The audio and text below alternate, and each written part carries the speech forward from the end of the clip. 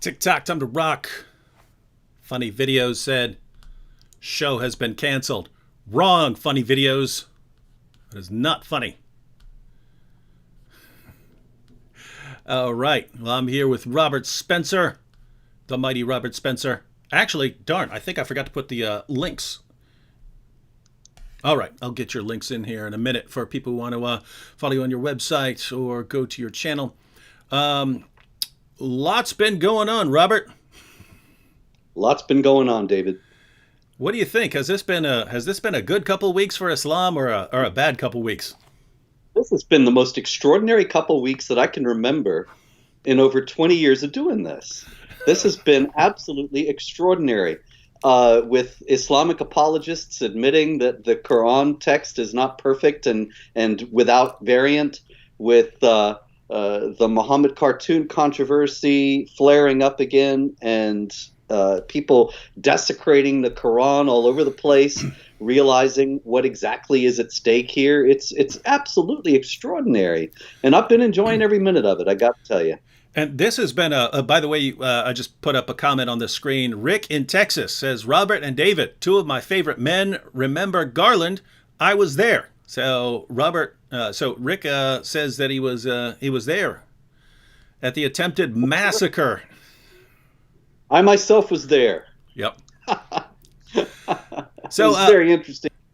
Yeah, this would be kind of out of order. This would be kind of, we would have spent a little more time introducing some recent events. But since Rick in Texas brought it up, why don't you go ahead and tell us about what Rick is referring to here? Yeah, absolutely. On May 3rd, 2015, the Muhammad Art Exhibit and Cartoon Contest, sponsored by the American Freedom Defense Initiative and Jihad Watch, was held in Garland, Texas. Pamela Geller and I put it on, and we gave an award and a big check. I believe it was $12,000 to Bosch Falston, who was the winner of our cartoon contest, for his excellent cartoon that has been widely distributed since then, of Muhammad saying, "You can't draw me," and the cartoonist responding, "That's why I draw you." And of course, that's really what's going on with all this desecration of the Quran and eating the Quran and burning the Quran and who knows what else. Over the last few weeks, that people realize that when violent thugs tell us we cannot do something, then we have to do it, or we are submitting to their intimidation. And that's really why we put on the contest to start with.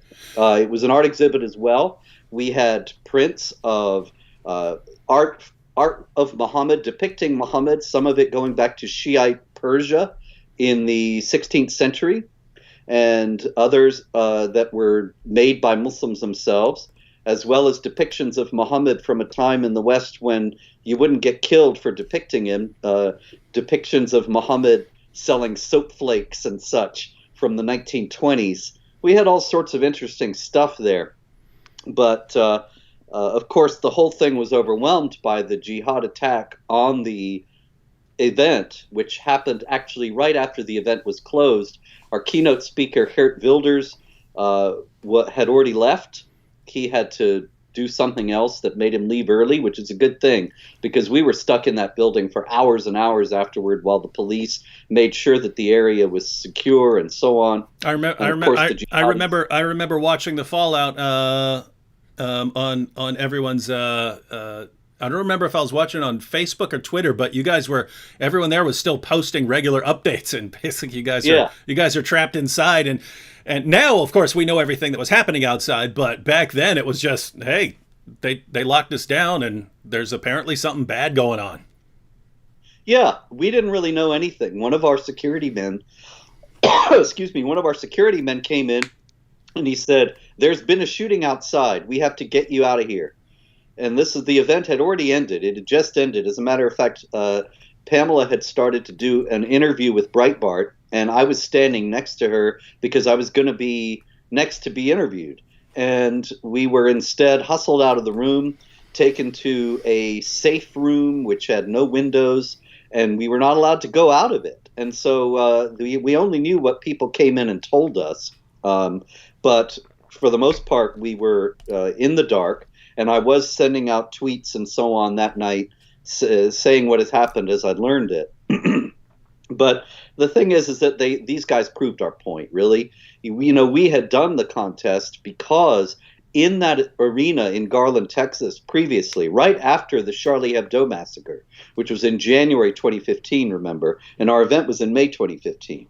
In January 2015, after the cartoonists were killed in Paris, the arena there in Garland, Texas, held not a contest. They held an event praising Muhammad and justifying the Charlie Hebdo massacre in an indirect manner, of course, but saying that what really we need to do to make sure this kind of thing doesn't happen is essentially criminalize criticism of Islam, which has always been the agenda here. And so Pamela and I were discussing this and saying, if they say this arena is open to everybody, so we should ask to put on a Muhammad art exhibit and cartoon contest. And we were sure they were going to shut us down and say, no, you can't do it. Hey, but they actually did allow it. Pamela does come up with some awesome ideas. Huh? Yeah, it was a great idea. And I still think that, people don't understand. People say to me, it's been coming up a lot lately since this sort of thing is back in the news. And they say, you play stupid games, you get stupid prizes. Why did you poke the bear? You knew this was going to happen, and you did it anyway. And I think, well, yeah, that's why we did it, genius. This is all about the reason why it had to be done. Because if we're not going to stand up and we're going to bow down and submit and say, yes, you're threatening us, then we won't do what you want. I mean, we won't do what you don't want us to do. We will conform our behavior to suit you based on your threats. Then we're only encouraging more threats and more violent intimidation. And that's not a world I want to live in, and it's not a world that I want to see the future to be like. Yeah, and to you Muslims who are watching, and I know you're watching, this isn't about, you guys are from a different part of the world, therefore we want to harass you, blah, blah, blah. Notice people aren't doing this with most other groups in the world. You just happen to have the ideology that produces a disproportionate number of people who say they're going to go out and kill if you criticize their religion. I understand most of you are not like that. I get that. But the bottom line is, if Hindus tomorrow say, hey, you make fun of our religion, even in the West, we're going to go on a killing spree, guess what? You kind of have to do it. Guess what? Even if you had some Christians tomorrow, if you had Christians tomorrow say, anyone makes fun of the Bible, we're going to go out on a killing spree. Well, guess what? That's what I'm going to do. Some people, I'll be right there with you, David. Some people need to do it, right? And if you're a Christian, you say, I don't want to make fun of the Bible. Well, that's fine, but don't get mad when some other groups make fun of the Bible in response to people who share your belief in the Bible. Say they're going to go out on a killing spree. Don't object, right? Yeah. So notice. Well, David, It's a lot of Christians that I got very, very negative reactions from after Garland. And they were saying, as a Christian, you really shouldn't be mocking somebody else's religion. How would you like it if they mocked yours? And in the first place, my answer to that is always, I wouldn't care. Yeah, this kind of thing doesn't bother me. I don't believe that there should be any kind of restrictions in a legal sense or even in the sense of cultural conformism on blasphemy. If you want to do that, go ahead. It doesn't hurt me, and it doesn't hurt what I believe if somebody else is making fun of it. And if I were to support blasphemy laws in any way, then I would be completely inconsistent in terms of fighting all this time against a religion that coerces people and that forces people to do things on pain of draconian punishments, including even death. But also, it's very important to emphasize that this was not, as you noted, a gratuitous exercise in mocking Islam, and that the issue was not about the blasphemy itself. The issue is about the violent threats and the intimidation The issue is whether we're going to stand or whether we're going to get on our knees and say, yes, you can do what you want with us because we're scared that you'll hurt us if we don't do what you want. And that's what this is about. Because Muslims are saying they will kill, some Muslims, David, are saying that they will kill people who mock Muhammad or draw Muhammad. Thus, we have to do it. If any other religious group behaved that way, then it would be incumbent upon anybody who believes in a free society to do the same thing to the sacred objects or figures of that religion. Yeah, and I was reading some of your articles on recent events earlier today, and you were commenting on Salman Rushdie and how he's always been viewed as kind of a hero of free speech. And so he was viewed as a hero of free speech back then, even though there were bloody riots over him mocking Islam back then. And even today, I mean, he was in a recent season of Curb Your Enthusiasm where Larry David gets a fatwa on him, and so he goes to Salman Rushdie for some advice, but it was actually fun. Salman Rushdie made it seem like it's cool to be under a fatwa because all the women want you now. So they're making it seem like it's really cool to have a fatwa because he's like, you're a dangerous man now. And so and he had the famous line. He said, "The fatwa sex is the best sex." So it's just funny that this guy's still under a death threat, but he's joking and making fun of it. So that's cool. But anyway, so how did we get from back in the day when people understand, hey, if someone's going to kill you for it, you have to stand up, to more recent years, and fortunately, I've got some statistics here that there has been a shift in opinion. But even just a few years ago, with you, and before that, with the Jyllands-Posten or Jyllands-Posten, where tons of people are just condemning them, saying, "Hey, why are you provoking the people that say they're going to murder you if you don't, follow what they want to say?" What happened in that, 15 to 20 year period? I wish I knew. I have one explanation, but it doesn't really apply to Jyllands-Posten. The difference between Salman Rushdie on the one hand and Pamela Geller and me on the other is that Salman Rushdie was a celebrated and revered figure among the cultural left. And so the cultural left, the intelligentsia, the glitterati of the literary world, they didn't have any problem standing up for the freedom of speech when it was one of their own. But when it was somebody who's been smeared as a right-winger, then suddenly the freedom of speech was not so glamorous to support.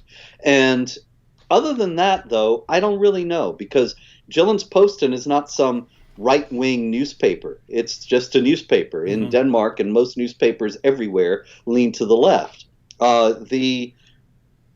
There seems to have been some general trend toward cowardice between 1989 and 2005, when Jyllands-Posten first published the cartoons. Although it's also worth noting that when they actually did first publish the cartoons, nothing happened.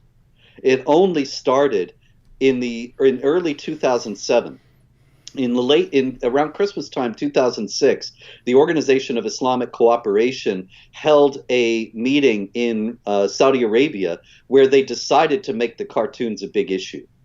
And it was only after that the riots started everywhere. And when the riots started everywhere, then suddenly the Western press, instead of being champions of the freedom of speech, began to say, well, we have to respect Islam, and out of respect for Islam, that we will not publish these, we will not reprint any of these cartoons. The most ludicrous example of this was when Yale University held a conference about the freedom of speech and the cartoons, but didn't show any of the cartoons. It was too afraid.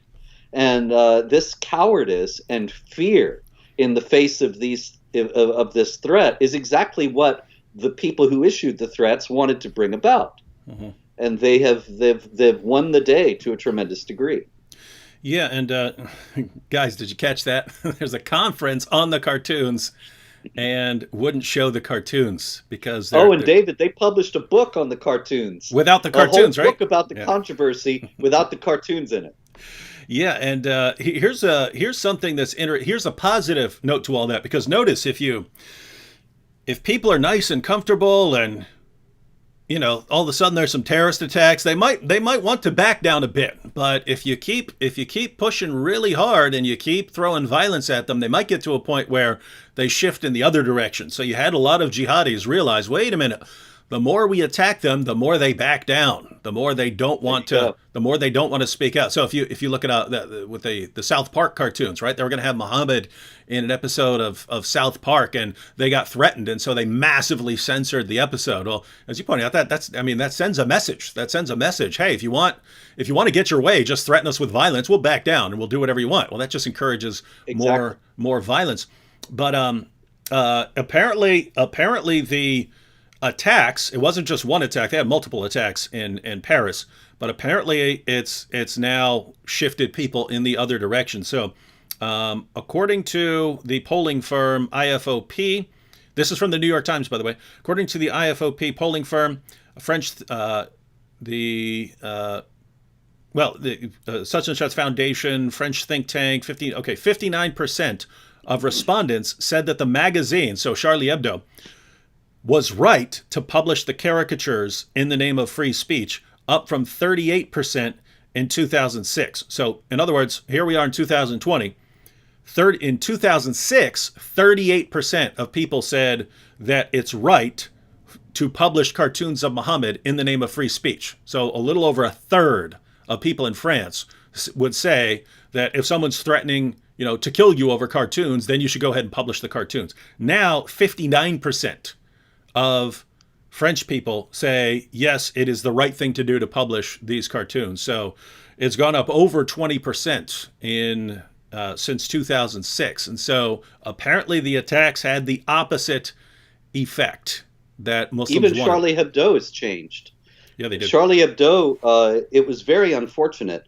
They had 15 of their people, including the very courageous Stéphane Charbonnier, who said, I would rather die standing up than live on my knees. They had 15 people killed in their offices in a horrific fashion. And after that, they said they were through lampooning Muhammad. They lampoon Christianity, they lampoon everything else, but they don't lampoon Muhammad.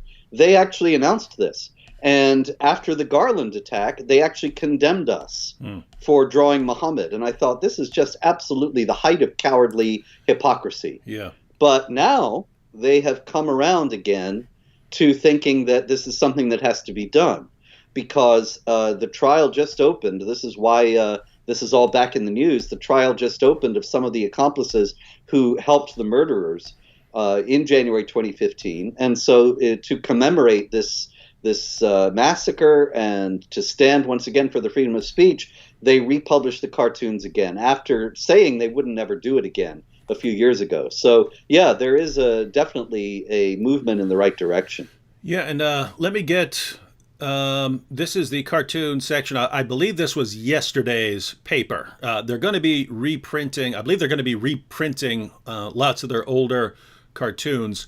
But I think this was either yesterday's or the day before's. I think this was yesterday's paper, where these were the cartoons from the original Jyllands-Posten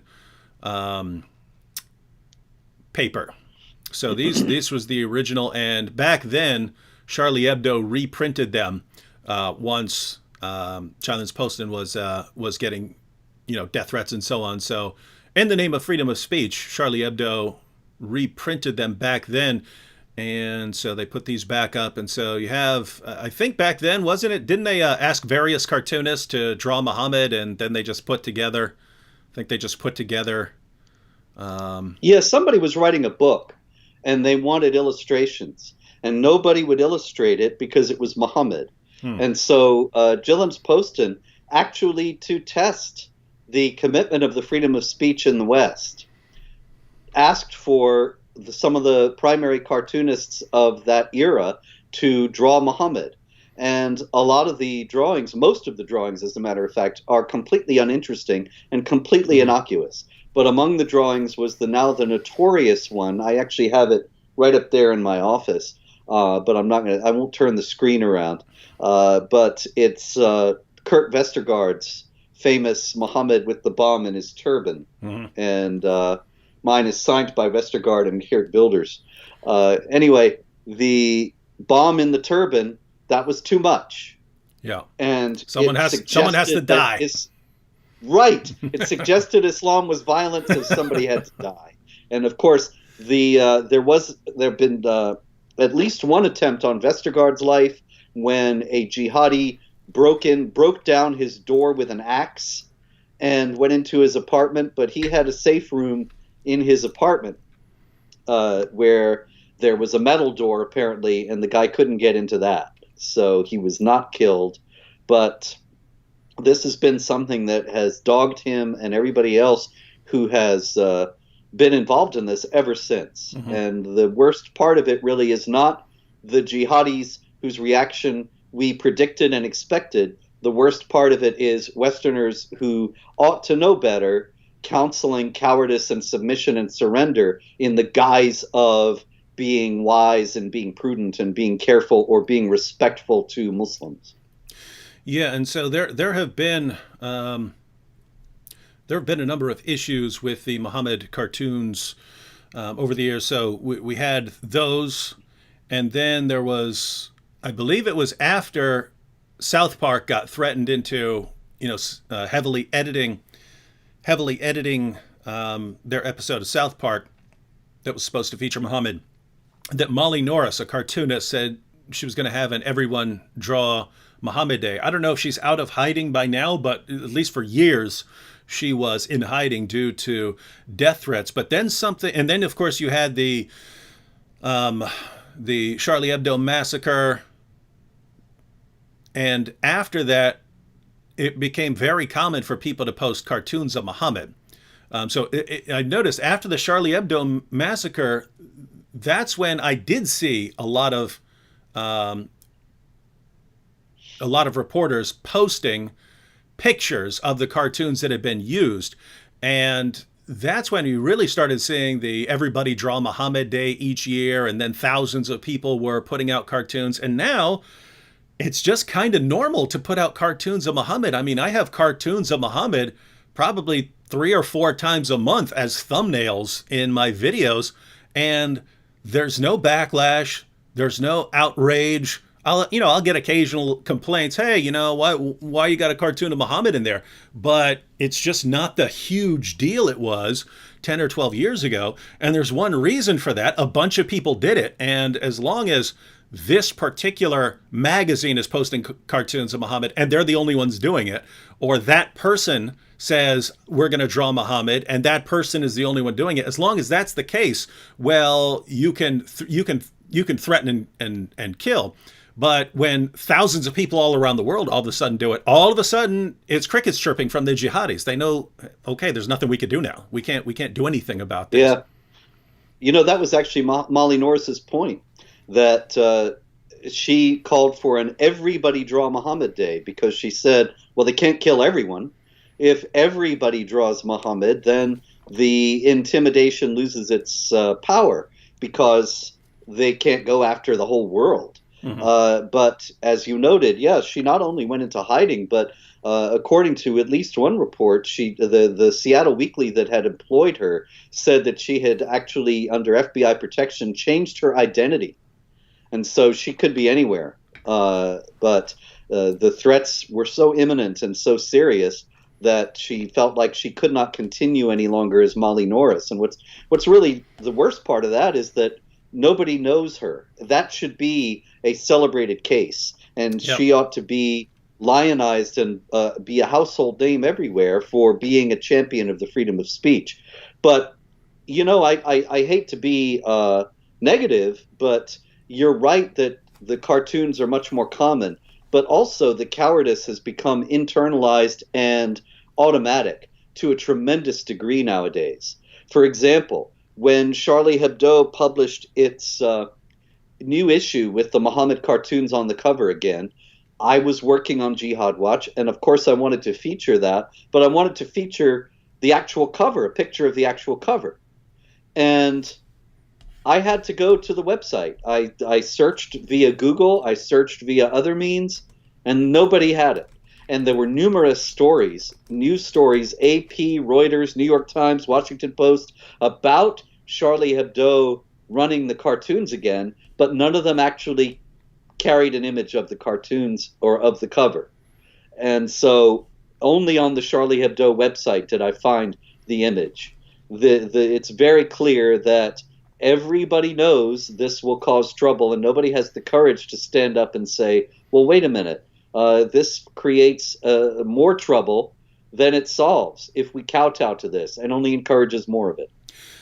When you were talking about people looking for cartoons of Muhammad and not being able to find any, that reminded me.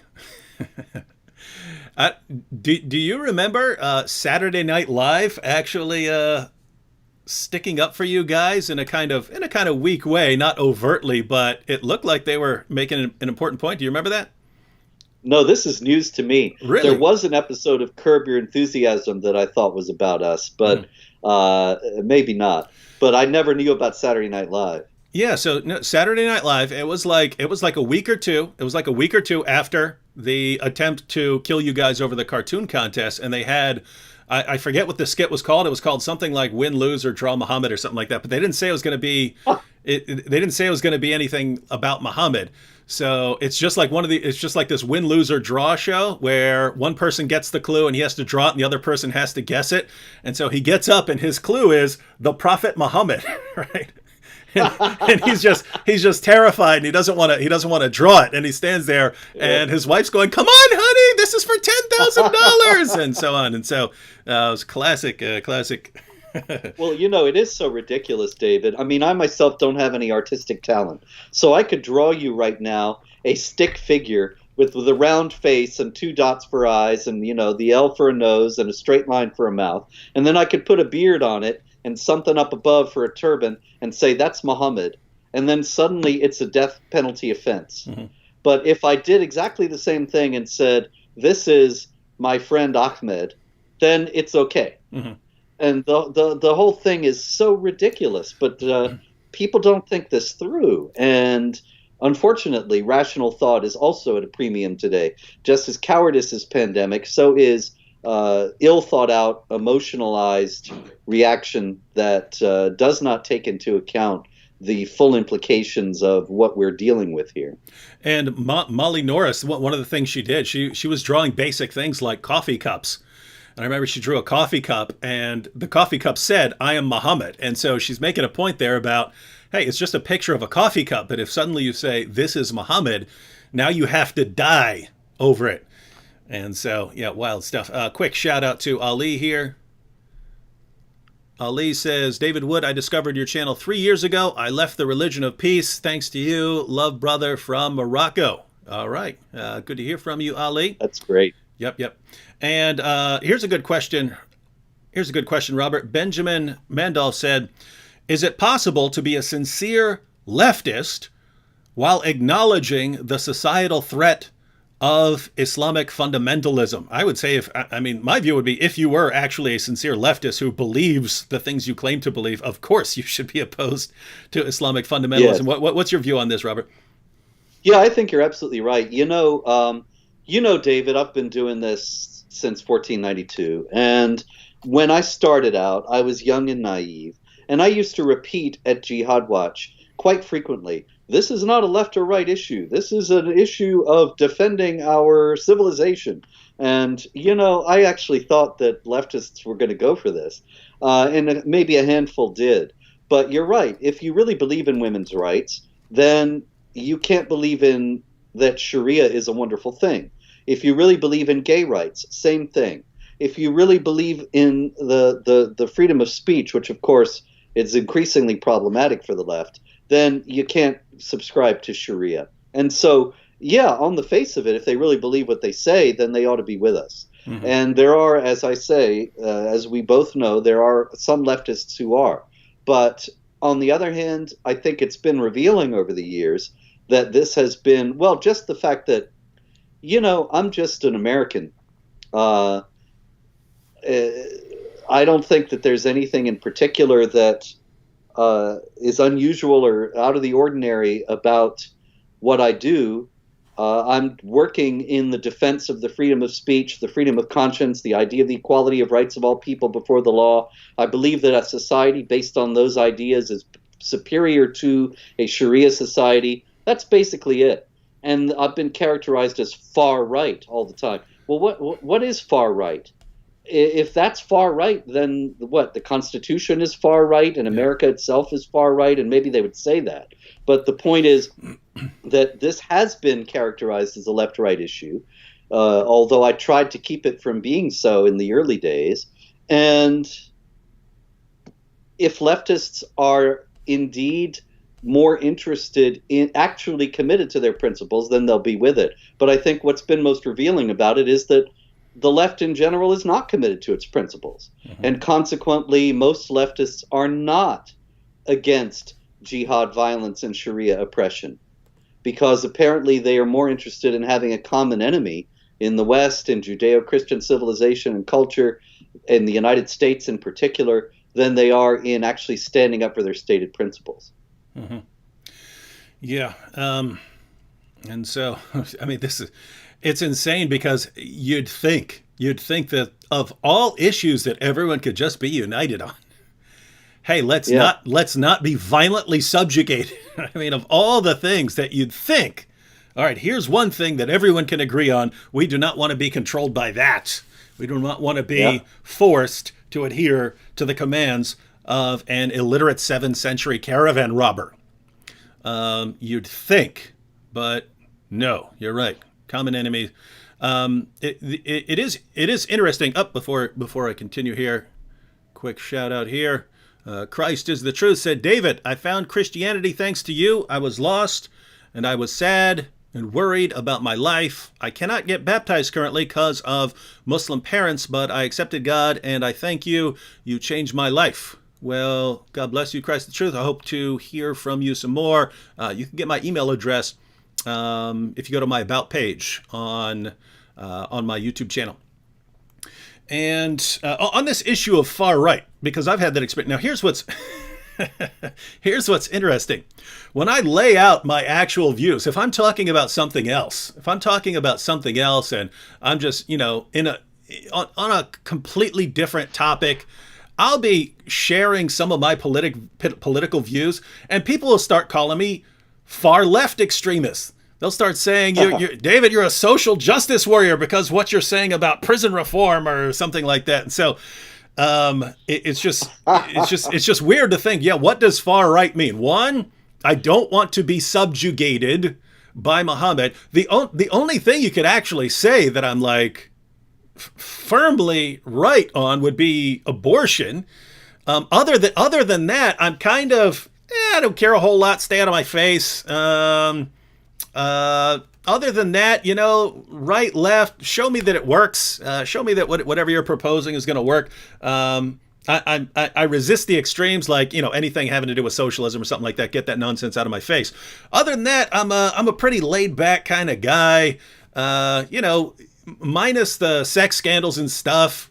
I don't have much of a problem with like a Clinton type or something like that. Again, except on the issue of abortion. So I'm pretty laid back on a lot of things. And so when I say I have a problem with jihad and with having sex with prepubescent girls and with chopping body parts, I have a problem with these things. And it's, you're a far right extremist who just hates brown people. No, it's you all agree with us. You all, left, right, middle, you all agree with what Robert and I are saying.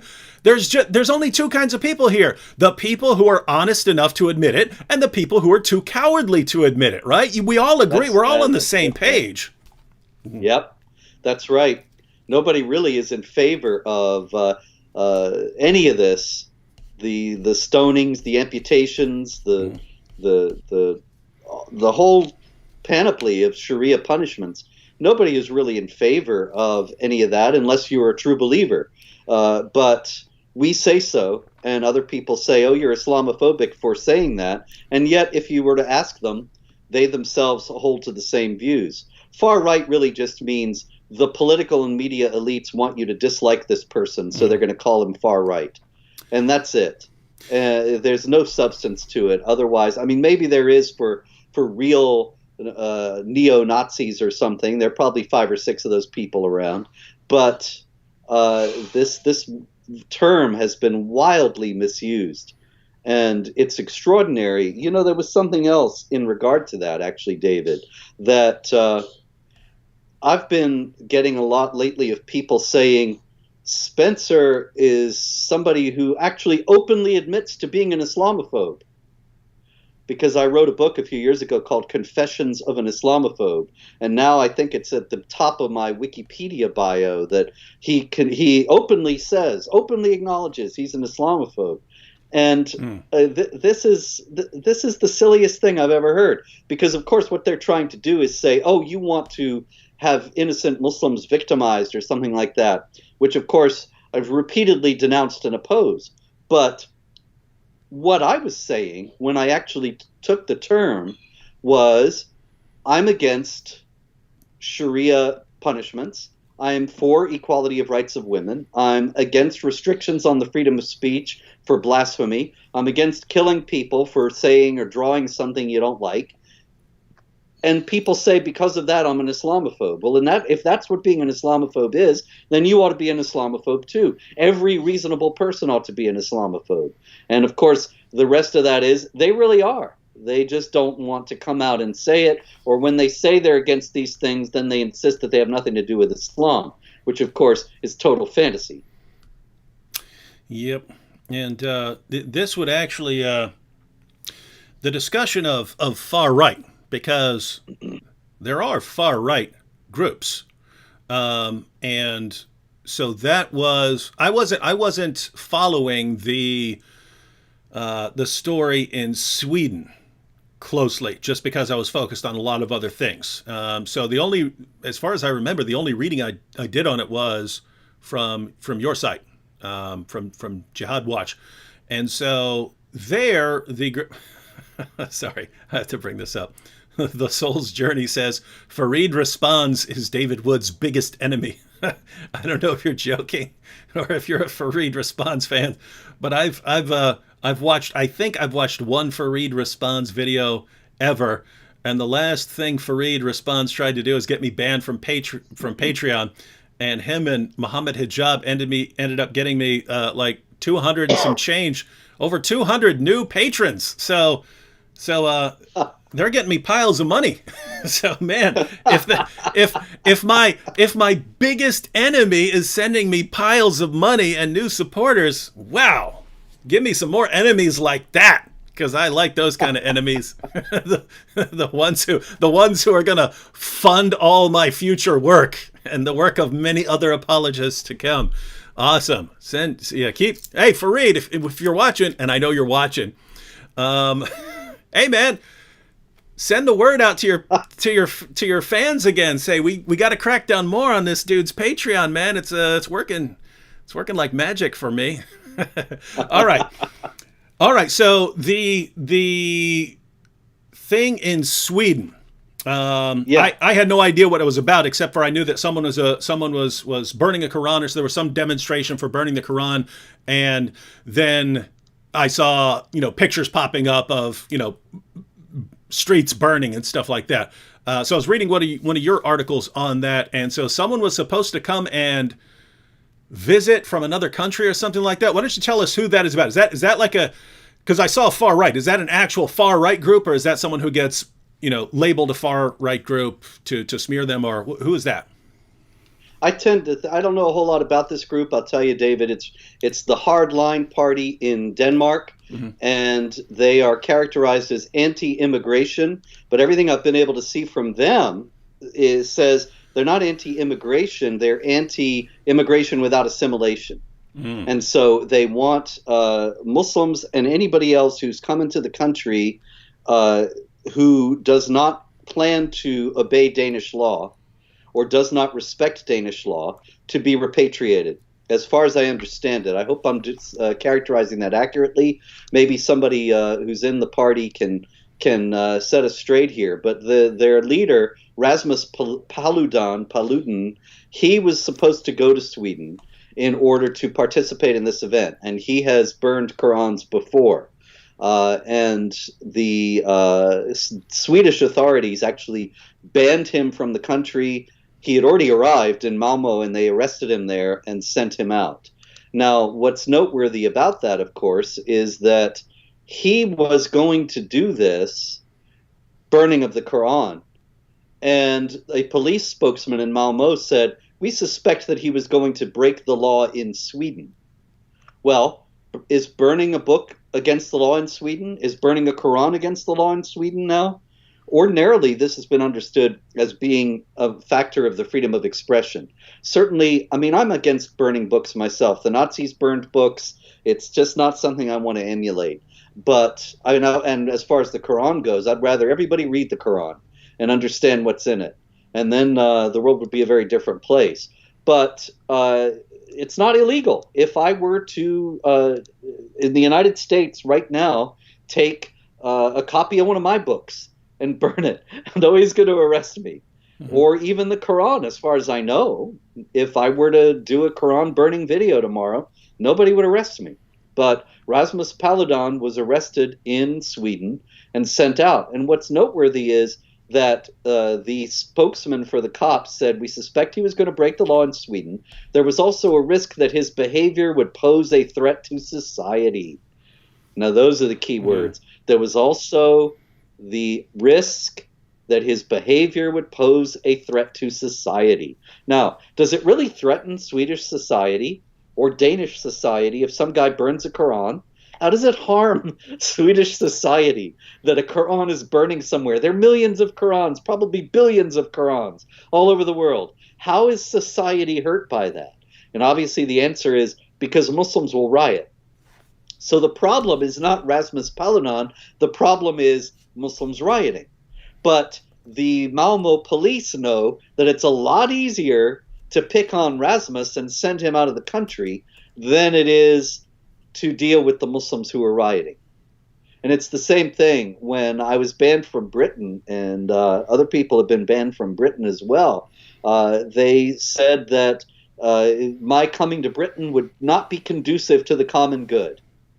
Well, what does that mean? It means Muslims will get angry if I'm there, and they might riot. I'm not going to be rioting. I'm not going to be inciting or justifying or approving of any violence, but they will. And so we don't want to deal with them. We'll deal with you. You're a lot easier. You're banned. Now, were you going there to burn Qurans? Nope. We were actually going there. Pamela Geller and I were going there to lay a wreath at the tomb of Lee Rigby, the British military man who was beheaded on a street in London in broad daylight by a Muslim who then went up to a guy who was videoing nearby and started to explain to him how Surah At-Tawbah, the 9th chapter of the Quran, told him that he had to make war against unbelievers, specifically the people of the book, and that's why he killed Lee Rigby. And, it's just part of the clown world we live in now, that that man, Michael Abedolaho, I think his name is, he was a convert to Islam, and he and his accomplice, who was also a convert to Islam, when they went on trial, the British non-Muslim judge started to lecture them about how they were misunderstanding their religion of peace. Mm-hmm. And they started to yell at him in court and say, "What are you talking about? You don't know anything about Islam. Yep. We did this in exact accord with Islamic teaching." But of course, you can't say that in Britain now. Only Islamophobes say that. And that's why they're banned from the country. No, we were not going to burn a Quran. We were not going to cause any trouble at all. We were going there to lay a wreath at a memorial for a man who was murdered. But that would get people mad nowadays in Britain, the people who the British authorities are eagerly kowtowing to, and so it could not be done. Yeah, and you'd think that at that time in Great Britain, I mean, they two jihadis basically beheaded Lee Rigby right in the street in the name of Islam. And you'd think that there would have been a similar reaction to what we saw after the Charlie Hebdo massacre, where, I mean, it looked like there were tens of thousands of people gathered together in solidarity. And what was interesting, this was also in the New York Times article, tons of people believed that Charlie Hebdo was absolutely disgusting, right? It has a bad reputation of just being massively over offensive to everyone. And so people just, it was really offensive to lots of people. But when they started getting massacred, then it's okay, well, we're gonna show solidarity in spite of how disgusting we find this magazine ordinarily. You'd think that in a place like Great Britain there would be a similar reaction, in that, hey, now you're just openly killing people in the streets and then stopping for interviews. If he was a little later and there were, I mean, he'd have been, snapping selfies with people. But, you'd think there would have been a similar reaction, in that, yes, anyone who wants to come together with us right now, anyone who wants to join together in solidarity with, over the execution of Lee Rigby, everyone is welcome. Instead, hey, we need to make sure that no one offends Muslims in Great Britain after this. You got these jihadis and they beheaded someone, but we need to protect the feelings of Muslims after this. And so this is a staple of the press reaction to all these jihad attacks. I, of course, have been tracking jihad attacks every day at Jihad Watch for the last several hundred years. And in every case of a jihad massacre, there is a story in the mainstream press afterward about how the local mosque is very worried about Islamophobia and have asked for extra police protection in the wake of this attack because they fear a backlash. There is no story ever about the ideology that drove the attack in the first place. There is no story about people who might feel threatened because this kind of thing keeps happening. Every last one of these attacks is treated as an isolated, discrete incident, usually carried out by somebody who was mentally ill, and it has no connection to any other attack anywhere at any time, and it has no discernible ideological root. But the big problem after each one is that we have to be worried that there'll be a backlash against innocent Muslims. This is such a common reaction that they could just as well print pads of a template where they said there was a terrorist attack at such and such a place at such and such a time, and the local mosque, this name, has asked for extra police protection in light of the backlash, which hardly ever materializes, and that's the end. Then it drops off the radar. The focus is entirely on Muslims as victims, on the Muslim community feeling threatened after the attack, and on nothing else. Nothing about the larger implications of somebody invoking the Quran while he's standing there with a bloody cleaver having just cut off somebody's head on the street. Nobody says, wait a minute, does the Quran really say that? And if so, can we try to work toward some genuine reform or genuine soul searching among Muslims of goodwill? It's not even a conversation. Mm-hmm. And the point you're making about these things being treated as isolated incidents with just weird individuals. I mean, the trial that's going on now, and many of the trials in the past, should show the absurdity of that, right? So you had these two jihadis attack the offices of Charlie Hebdo, but then there was also the attack at the kosher market, and now you've got the trial of 14 accomplices. There are a lot of mentally ill people doing some very intricate plotting here, yes, coming up with these plans, and it happens over and over and over again. In almost every one of these terrorist attacks, there's the person or people who carry out the attack, and then all the people who are helping them with the attack. If you look at the grooming gang, the rape gang scandals in the UK, you look at the list of people who were involved in one of these rape gangs, and you've got brothers, sometimes you've got father and son. This is a family affair for some of these guys. And it's just amazing, because if I went up to one of my friends and said, hey guys, I've got this plan, we're all going to get together and gang rape this 12-year-old girl. I can't think of, I mean, you know, my friends are people in my family, my cousins, my brothers, anyone. And if I run this by them, they're going to figure out, one, they're going to see if I'm joking or not. And if they think I'm serious, they're going to clock me in my jaw over saying some stuff like this. But here it's just completely acceptable. And yet, hey, it's just a coincidence that this is happening over and over and over again in various cities across the UK and in various places around the world. I mean, even before these stories became popular, because, you know, the news break in the UK, we were hearing stories about, you know, these things in Northern Europe. We were hearing stories about these things in Australia. And so it just keeps happening. When do you ever get to a point where you say, this isn't random here. This isn't just some random weird person. There's something there, and we need to get to the bottom of it. Even worse in Britain is that they knew, just like we were discussing before about how leftists, at least some of them, they know that Sharia is inhumane and that it's draconian and that it is devaluing of women and everything else. They know, but they don't dare say it. And in the same way, the British authorities knew. They knew what was behind this. They knew who was doing it, and they systematically covered it up for years. And there were several stories that have come out now of authorities in Rotherham, where there were 1,500 girls who were victimized, maybe more, and other places being afraid of being called racist if they prosecuted these rape gangs that were largely Pakistani Muslims, almost exclusively Pakistani Muslims. And there were girls who would go, and their fathers who would go to the police and say this is happening, and the police would turn them away and sometimes even say, we can't do anything about this because it's racist. Mm-hmm. And meanwhile, the rapists are not dealing on the basis of race. Well, some of them actually did deal on the basis of race, but some of them were quoting Quran and explaining to their victims that this was something that the Quran allowed.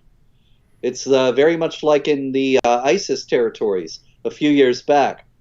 There were some stories of the Yazidi sex slaves and the rapists actually doing their Islamic prayers and then raping them and saying that raping you is part of my prayer to Allah.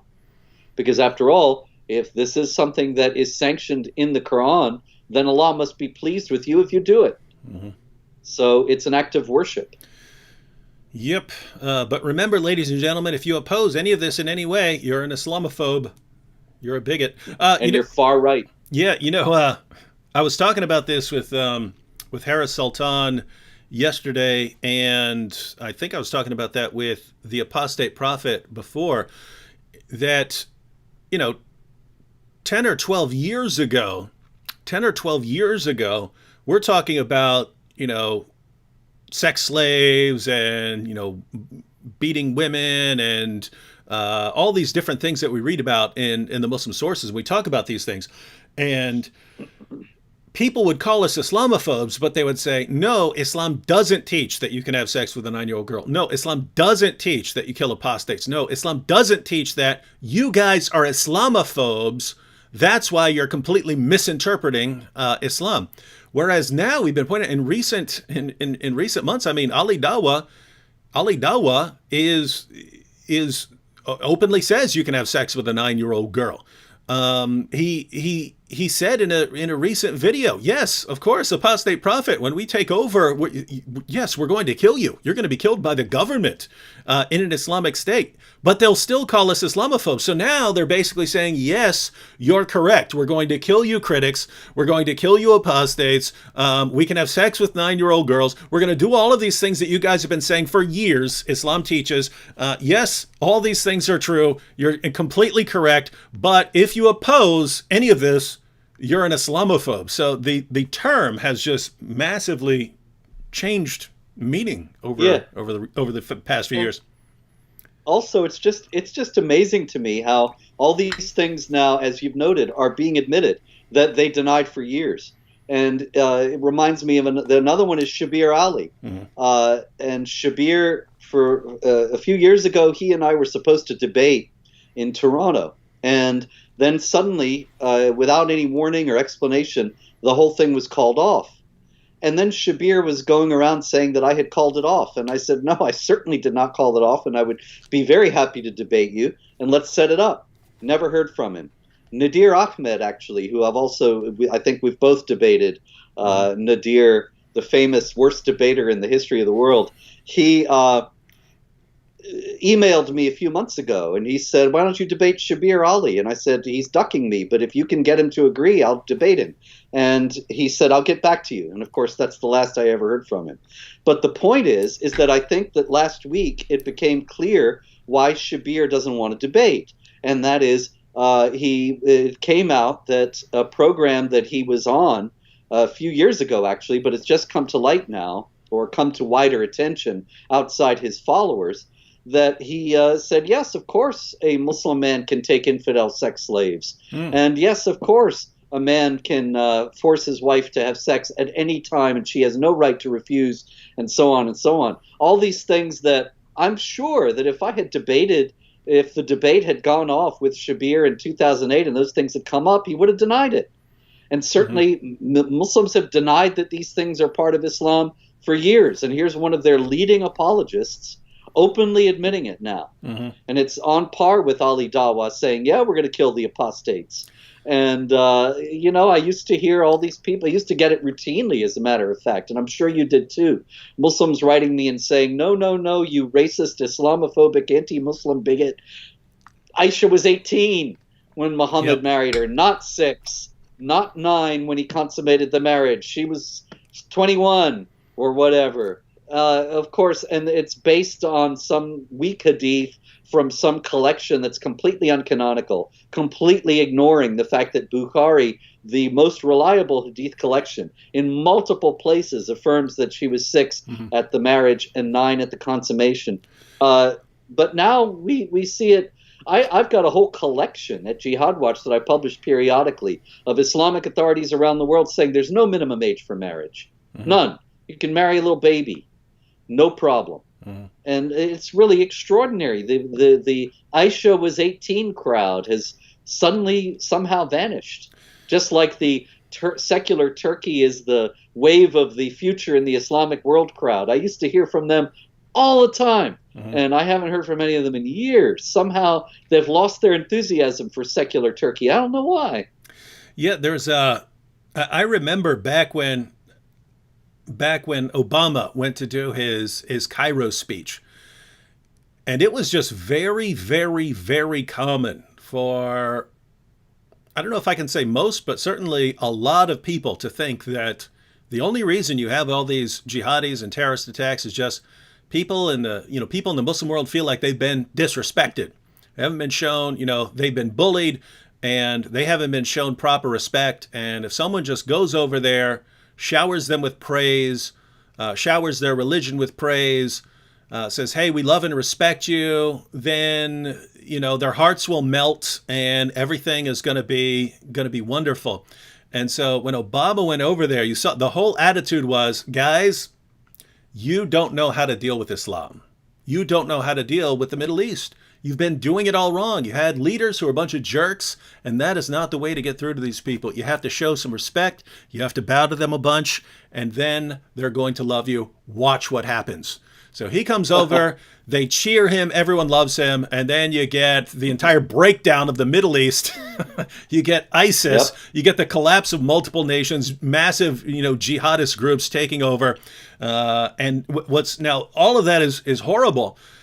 But, something that came out of it is I don't hear that much anymore. I don't hear, if you just show them that, you respect them and respect their religion and you acknowledge how abusive you've been in the past and that your country's been a big bully, then they're going to love you. I just don't see it anymore. So as difficult it is, the tie-in is this.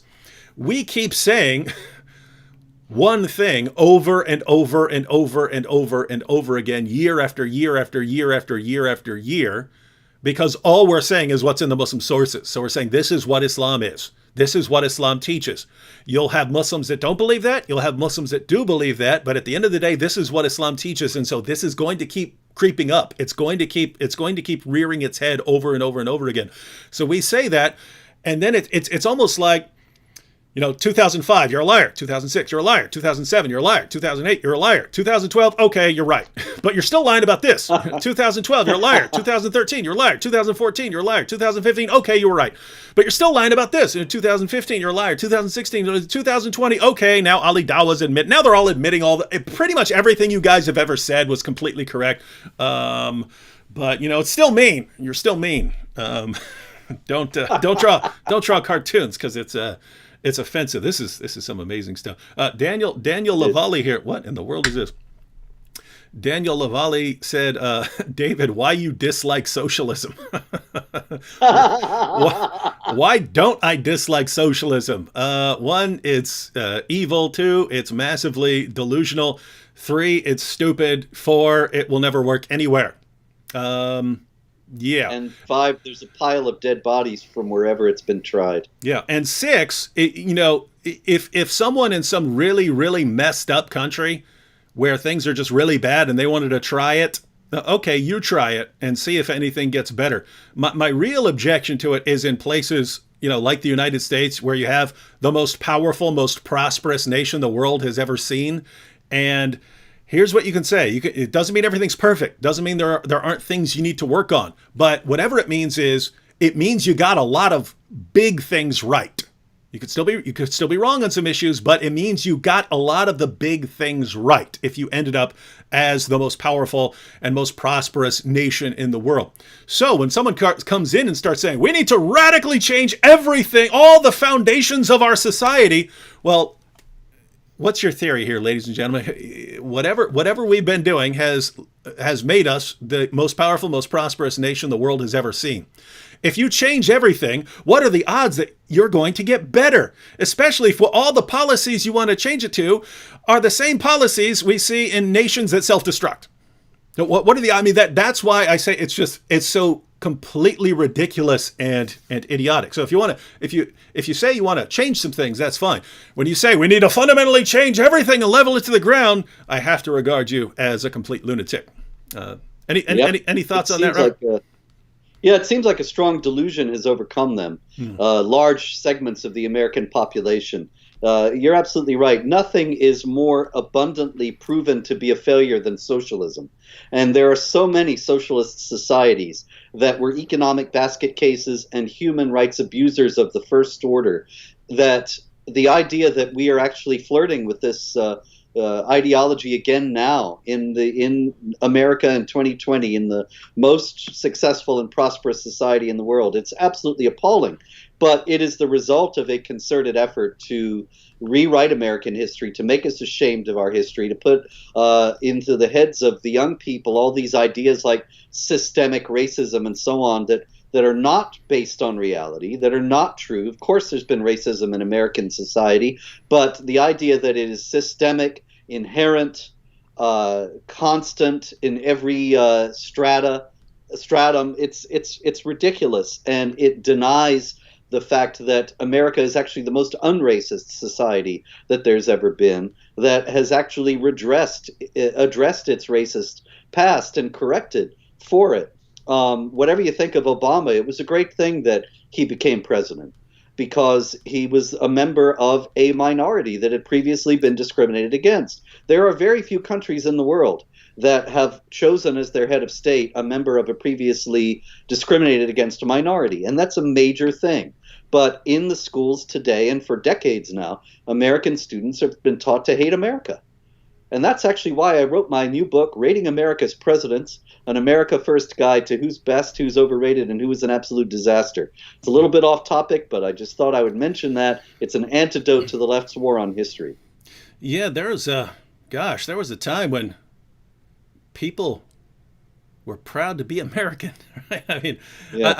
I remember when I was, I've traveled to Europe and so on, and it was cool. It was cool being American. People, wow, you're American. It's so cool. Now, I think basically I think a lot of college professors and so on realize that the better things get, the harder it is to make a case for rapid, large scale change, right? I mean, the better the better people are getting financially, and the better everything is getting, the harder it is to say we need to burn all this to the ground. And so, well, what do? You just, you think this is great? No, we're as evil as possible. It's the most evil place it's ever been. That's why we need to burn it all to the ground. And then they go out, yeah, burn it all to the ground, burn everything. Ah! That's where we are. And that's why these guys can get on board with jihadis. That's how they can end up in the same Because they want to burn everything to the ground too. Mm-hmm. So they have a unity of purpose and a shared hatred of the West, of the United States in particular, of Judeo-Christian civilization. They want to burn it all down. The left, the jihadis both do, and that's their fundamental alliance. That's the key to their alliance. Yep, and now I don't know. Did I bring up prepubescent girls here? Hang on. Well, we were talking about 9-year-olds. Okay, so Abdul Jama said, Allah forbade sexual relations with someone prepubescent. You liar. Oh, yeah. Aisha is supposed to have been pubescent at 9. Yeah, I've heard that one a lot. I thought that one had gone out, too. That's so absurd, but okay. Yeah, no, that's kind of the new lie. So, I'm sorry I have to go on a little tangent here, Robert, but I do like schooling people like Abdul Jama here, especially when, I mean, this was a couple months ago, but I still have the sources pulled up here. So, let's read Abdul Jama's case here. Allah forbade sexual relations with someone prepubescent, and it's clear in Islamic doctrine, notice he's not quoting any source here, right, ladies and gentlemen? And it's clear in Islamic doctrine, lol, it's also factual that humans developed quicker back then. And even there are post-pubescent 9-year-olds. Well, I'm not going to deny... What about 65:4? What about the Quran that says you can divorce a woman and she still has the waiting period even if she has not yet menstruated? That means she's prepubescent. Yep. And you're divorcing, which means you were married to her. Yep, no question here. And let's just go through these quickly because, again, I have the sources here. So this is Sahih al-Bukhari. Notice the chapter heading here, Abdul. Giving one's young children in marriage is permissible. Why? By virtue of the statement of Allah, and for those who have, notice he's quoting Surah 65:4, which Robert just cited. Why is it okay to give one's young children in marriage? It's permissible by virtue of the statement of Allah, and for those who have no monthly courses, i.e. they are still immature. No monthly courses, that's referring to a monthly period. What does this mean? This is talking about prepubescent girls, and notice he even says it. And the iddah, that's the waiting period, after having sex, if you're going to divorce her, and the iddah for the girl before puberty is 3 months in the above verse. So in the Quran, you wait 3 months to divorce a prepubescent girl after you've had sex with her. And then we have the hadith, 5133, narrated Aisha, that the Prophet wrote the marriage contract with her when she was 6 years old, and he consummated his marriage when she was 9 years old, and then she remained with him for 9 years, i.e. till his death. Doesn't sound like Bukhari's on board with you. Let's read a couple more. The marrying of a daughter to a ruler. So 5134, narrated Aisha that the Prophet wrote the marriage contract with her when she was 6 years old, and he consummated his marriage when she was 9 years old. Hisham said, I have been informed that Aisha remained with the Prophet for 9 years, i.e. till his death. Now we have 5158, narrated Urwa, the Prophet wrote the marriage contract with Aisha while she was 6 years old and consummated his marriage with her while she was 9 years old, and she remained with him for 9 years, i.e. till his death. Now watch what happens here. Watch what's going to happen here, Abdul.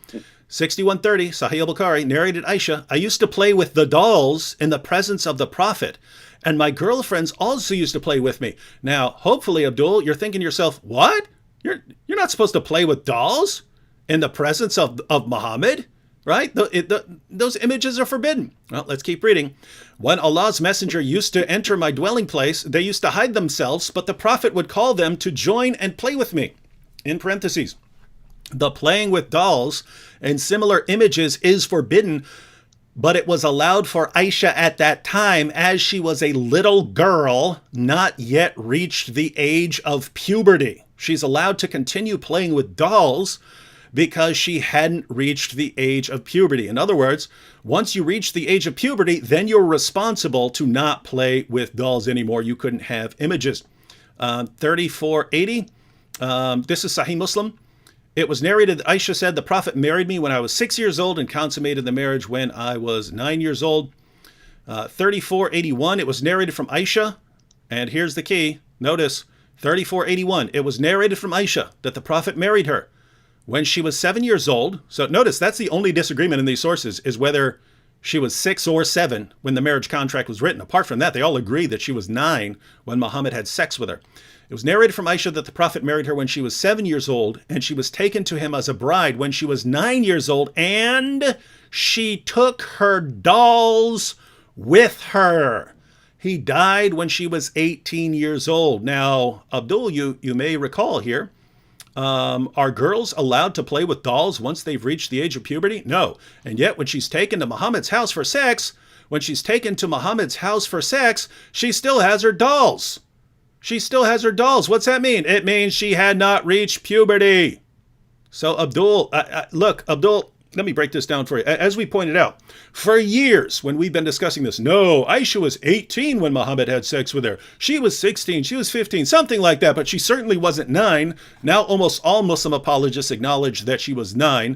Sheikh Yasser Qadi even calls you a liar if you deny this, right? He says, don't lie. We don't lie for our religion, right? But the new thing has been, but it's okay because she reached puberty. That's our new thing. Yeah, she reached puberty. That's why it's okay. We go to the Muslim sources. What do they say? Stop lying. Your prophet, the pattern of conduct in Islam, climbed on top of a prepubescent 9-year-old girl. Deal with it. If you don't like it, there's the door. Find your way out of Islam. All right. Sorry about that, Robert.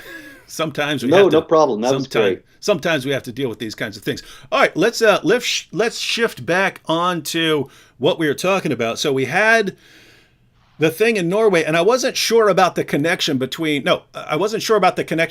Sweden and Norway. Were those actually connected? Like, what was one connected to the other, or were they just spontaneously separate issues that came up? Well, they were sort of connected and sort of spontaneous. What happened was the event went on in Sweden, even without Rasmus Paludan. And then there were riots. And when there were riots, then a group in Norway, and I have even less information about who that group was, unfortunately, in part because my news articles are not coming in. A lot of computer trouble tonight. All day. I told you your email disappeared. I've been having problems all day too. It's very strange. But in any case, a woman. Oh, here we go. It was Stop Islamization of Norway, and I'm not familiar with them, but of course I was part of Stop Islamization of America, and all we wanted to do was oppose the imposition of Sharia that comes in incidents like this. That we kowtow to the threats, and we stop doing whatever they threaten us that they will kill us if we do. Then we're just inviting them to do more, as we have discussed, and that means more Sharia provisions will be forced upon us. But Sharia blasphemy laws are already well on their way to being accepted by us. And so I don't know if Stop Islamization of Norway is some terrible group with terrible positions, but I'd rather think not, just because my own positions have been so mischaracterized and misrepresented over the years. Tend to be suspicious whenever I see that some group is far right and all that nonsense. In any case, they had a rally in which they reacted to the riots in Sweden by a woman who actually stood up and ripped up the Quran. And she said, "Now I'm going to desecrate the Quran." And she started ripping pages out of it. And so then the riots started there, with the Muslim protesters throwing eggs at the Stop Islamization of Norway people and trying to jump the barricades and get at them and attack them physically. So we had two separate incidents of rage over desecration of the Quran, one in Sweden and one in Norway. but it seems as if the one in Norway was a reaction to what had happened in Sweden. Mm-hmm. And here's the thing. So for some reason, a lot of people tend to freak out when they hear, "Oh, a book was burned," or I'm on the same page with you. When I think of book burning, I think of Nazis burning books and so on. I think I think even if you want to, go after a book or something like that, that approach has kind of been tainted, right? It's like naming your kid Adolf now, or having getting a little mustache. You just can't do it anymore, right? It's kind of been ruined. So yeah, not a fan of book burning. There are situations, like it would depend on the situation. If it were like an ex-Muslim who said, I'm under a death threat and I'm sick of this book, and so I'm going to do this to show my disgust with this religion, calling for my death and so on. But as just a general, I'm going to offend you by burning your book, I would think that's kind of silly. Or even ripping up a book when if someone does something like that, because we've done that here. The question is always, what's the point you're trying to get out of this? What is the point you're trying to make? And let's see if this is a good way to make your point. But regardless of all of that, it's always in my mind when someone burns a Quran or rips up a Quran or does this form of protest, it's always in my mind, well, okay, what's cool here is this person's not getting violent. This person is using freedom of speech, trying to make this point by doing this, but isn't going out and killing people. And so, it just seems like it should be viewed as good if you have some groups and they really disagree with each other, and at the end of the day, they want to rip up each other's stuff, but they're not going out chopping each other's heads off. And the reason I say that is there are places in the world where you disagree with someone has to die. And throughout a lot of human history, if you had some disagreements on some important issues, people were going to die. And so if we're at a point in history where the most angry I ever get, I burn something that you like, that doesn't actually hurt you. It's something I bought with my own money, and I burn it to show you how much I disagree with your views. If we've gotten to that position, we kind of should be looking at this going, good, right? That's progress. They're not killing each other. And yet over and over again, what you see is, hey, these people who are doing this, which doesn't physically hurt anyone, justifies this physical violence in return. Yes. Yeah. And people take it for granted as if that's a reasonable reaction, when really everyone seems to have lost sight of the fact that if they didn't riot, if jihadis didn't try to kill people, and sometimes actually kill people for desecrating the Quran or drawing Muhammad or things like that, then nobody would do it. People do it because they're threatened to kill. They threaten to kill, or they do kill. It's actually kind of paradoxical, since I was saying before that I've had people say, you were just poking the bear and needlessly provoking them and so on, as if it was totally gratuitous. But actually, everybody who has desecrated the Quran or drawn Muhammad in recent years, none of that is gratuitous. Mm-hmm. Every last person who has done it is reacting to the fact that the reaction to this is violent and irrational and totally out of proportion to the act itself. And that consequently, to try to inject a little sanity into the proceedings, they go ahead and do this to show that it's really a small thing. If you tear a page out of a book and eat it, what does that hurt? Who cares? Why? I saw it. I thought, well, that's funny, and that was a nice shot that you did when you spit it out. That it made for good still pictures. But that's it. It's not like we've lost that part of the Quran, like the goat that ate the part that was under Aisha's pillow in the Hadith. That part's gone forever. But anybody can pick up another copy of the Quran and see what part of it that you ripped out. Big deal. Mm-hmm. The fact that people will kill over that or threaten to kill over that is absolute madness that we are increasingly taking for granted and acting as if it's completely justified and rational. And it's in response to that irrationality that they get more of it, that more people start to do this desecration to try to bring us back to reality. Mm-hmm. And so here's the weird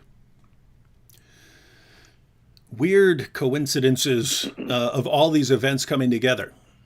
So you had the Sweden Quran burning, which then led to the riots in Malmo.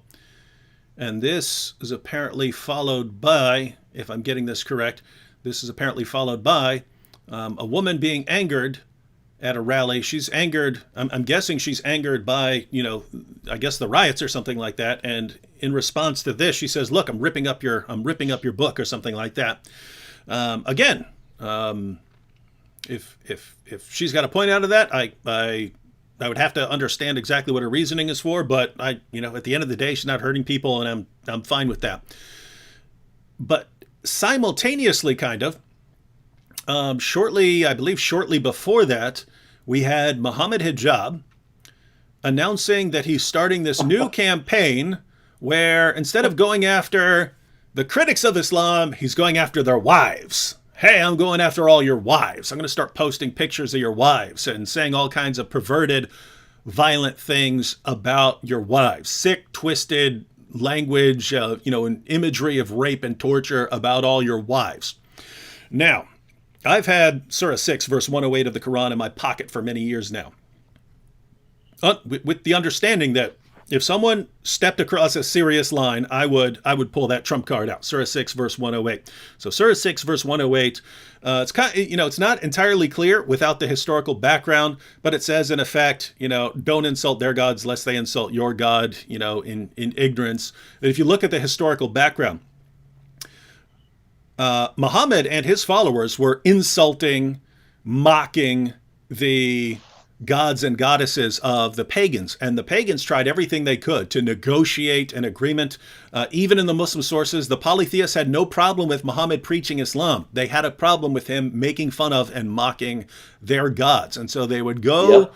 They would go and try to negotiate. Muhammad just insisted on continuing to heap abuse and insults on their gods and goddesses. And eventually they said, "Look, we've had it up to here. If you don't stop mocking our gods and goddesses, we're going to mock Allah and we're going to insult Allah. We don't want to do it. But we're going to do it if you don't stop." And so that's when Surah 6, verse 108 comes down saying, in order to stop them from mocking Allah, you stop the mocking. And so this is basically saying, hey, if a Muslim is insulting and heaping abuse on someone, and you say, you know what, you're going to stop this, or I'm going to start mocking something from your religion, he's supposed to stop. So I went ahead and pulled that out. Ate a piece of the Quran, warned Mohammed Hijab that I'll keep doing that until he takes down his tweets and so on. Mohammed Hijab stopped immediately. Notice it worked. Mm-hmm. It worked like magic. He immediately stopped the attacks on people's wives, but so far he's still refused to take down the tweets. But he will eventually. So we had that issue rising, and that one's going to continue. But the timing is interesting because you had the things going on in Sweden and Norway. I think around the same time or shortly after that or something like that. And after that, we had the apostate prophet who was on. And I noticed this sort of took on new life with the ex-Muslim crowd because they were upset with Mohammed Hijab for insulting, people's wives, Abdullah Samir's wife and the apostate prophet's wife. They were upset about that. But they were also upset that so many Muslims and some non-Muslims were freaking out over me eating a piece of the Quran and not upset at all about Ali Dawah saying that apostates are going to be killed. Right? They're saying, are you serious? Are you serious that it's worse? The thing that really bothered you got these two things in front of you. We're going to slaughter all these people. This guy took a bite out of the Quran. That's the thing that bothers you. And this is just completely... Well, sure. Yeah. That's Sharia. Your life and your wife's life is just not as important as those of a Muslim. That's Islamic law, right? Even when you're talking about blood money, it's just not as much if you kill a non-Muslim than it is if you kill a Muslim. Mm-hmm. Your life is not as valuable. And of course, every human being's life is not as important as the Quran, because it's the al-Kitab, the mother of the book, the perfect book that's been in paradise with Allah forever and all these things. So you insult the Quran, it's much worse for a pious, believing Muslim than him insulting your wife. As a matter of fact, him insulting your wife that's what you deserve, because you are an unbeliever and thus worthless, and an unbeliever who dares to criticize Islam, which brings the death penalty itself. But obviously, of course, what he's trying to do is the same exact thing that the people who threaten the Quran desecrators and Quran burners are doing. Same They're goal. trying to intimidate us into submission. It is absolutely a constant of jihadis, of Islamic supremacists, even of some of the ex-Muslims, that they carry over the cultural attitudes that they grew up with, and they traffic in intimidation. They are all about trying to frighten the people that they dislike into doing their will. And so Muhammad Hijab knows that nothing he can say to you is going to bother you, or say about you is going to bother you. But, well, what might bother you if you think that your wife is being put in danger? That would bother any man. Mm-hmm. So he figures that's the way to intimidate you. And it's exactly the same motion. The more that we agree to this intimidation, the more we acquiesce to it, the more of it we're going to get. And so the best thing we can do in every last case, without exception, is refuse to be intimidated and stand up to those who are trying to do it, whether it be by desecrating the Quran, by drawing Muhammad, by doing whatever it is that they are telling us not to do, on pain of something even worse. Mm-hmm. Yeah, so everyone follow the reasoning here. In a Muslim country, in a place like Pakistan or something like that, they'll make you adhere to the commands of Muhammad. They'll make you adhere to the commands of an illiterate 7th century caravan robber. They'll chop your head off or something like that. They'll hang you if you get out of line. They'll at least lock you up and beat you or mob you or something like that. Well, you get to the West, where our rights are supposedly protected. So you can't just say, well, you're going to be beheaded for this, or you're going to be stoned to death for this. You can't say that sort of thing. But what will happen is the jihadis of the West, or the Muhammad Hijabs and Ali Dawas of the West, will try to enforce the same thing using different methods. So it's just, hey, I can't have the government arrest this person and execute this person. I can't do that here because we don't have that legal system, but let me try something else. And so that might be, hey, we're going to go slaughter all of you. We're going to gun you down in your offices, as they did with the Charlie Hebdo. But much more common to just heap abuse on you. Hey, if you're not doing what we want, we're going to heap abuse on you. If that doesn't work, we're going to threaten you. And then Muhammad Hijab's brilliant theory was, well, if that doesn't work, I'll go after your families. I'll go after your wives. Because even if you aren't afraid, you don't want your wife. You don't want your wife being harassed. And so if I start a campaign to harass your wives with violent rape imagery and torture imagery, now you're gonna rethink this. That's the ticket. Now I've got you guys on a leash. And so anyway, I took a bite out of the Quran over that. Then it was, well, now I'm going to get you defunded on Patreon. All of a sudden, I have more patrons than I've ever had before in my entire life. And so what Robert is saying, look, above all else, and this is the real point. This is the real point of the Quran contest, or of, taking a bite out of the Quran, is, to all our Muslim friends out there, get it out of your heads that you control us. Get rid of that idea. Just get rid of that idea and we're good, right? Stop trying to control us and stop plotting to control us in the future. Get it through your heads. We're not going to be controlled by the commands of an illiterate 7th century caravan robber. We're just not. We're not. Well, David, that's true, and we're not, but they're never going to give it up because it's a divine command. After all, remember, chapter 9, verse 29 of the Quran says that they have a divine command to make us pay the jizya with willing submission and feel themselves subdued. Feel themselves subdued is what they are trying to do. They're trying to make sure that we bow to their will, because they have to make sure that we bow to their will. That's what Allah told them they have to do. And if we will not bow to their will, they will keep on trying to get us to bow to their will in whatever way that they can. By threats, by abuse, by calling us names, by trying to get us shut down on various social media sites.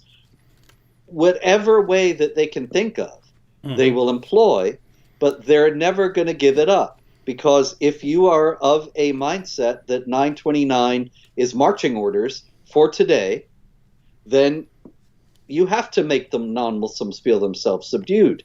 And we do not feel ourselves subdued. Hence, they got to keep up the pressure. And if that doesn't work, step it up even more. Yeah, I don't know about you, Robert, but I'm definitely not feeling subdued here. I'm not feeling subdued, ladies and gentlemen. Imagine how much of that you're going to have to pay in jizya. What are you talking about? I'm going to fund everyone. I'm going to fund everyone these guys don't like. All the guys who ended up, their plans backfiring and then they end up sending money. I'm going to find out everyone they don't like and make it rain money on these people. So, all right. Now, so where did we get to? Oh, I did want to play a video clip. So, wait. Yes, sir. Here we have Vivian here, and I've seen numerous requests like this. Vivian said, "Can David eat more verses?" Yeah. You have to wait on that. So, Vivian, the idea is take requests. Yeah, I am. Why don't you eat 98.6? I've always liked that one. That's the plan, but I don't want to just keep doing the same thing over and over because I'm an escalator. I'm an escalator. So again, yes. I'll just give everyone the outline. The next step is my origami lesson.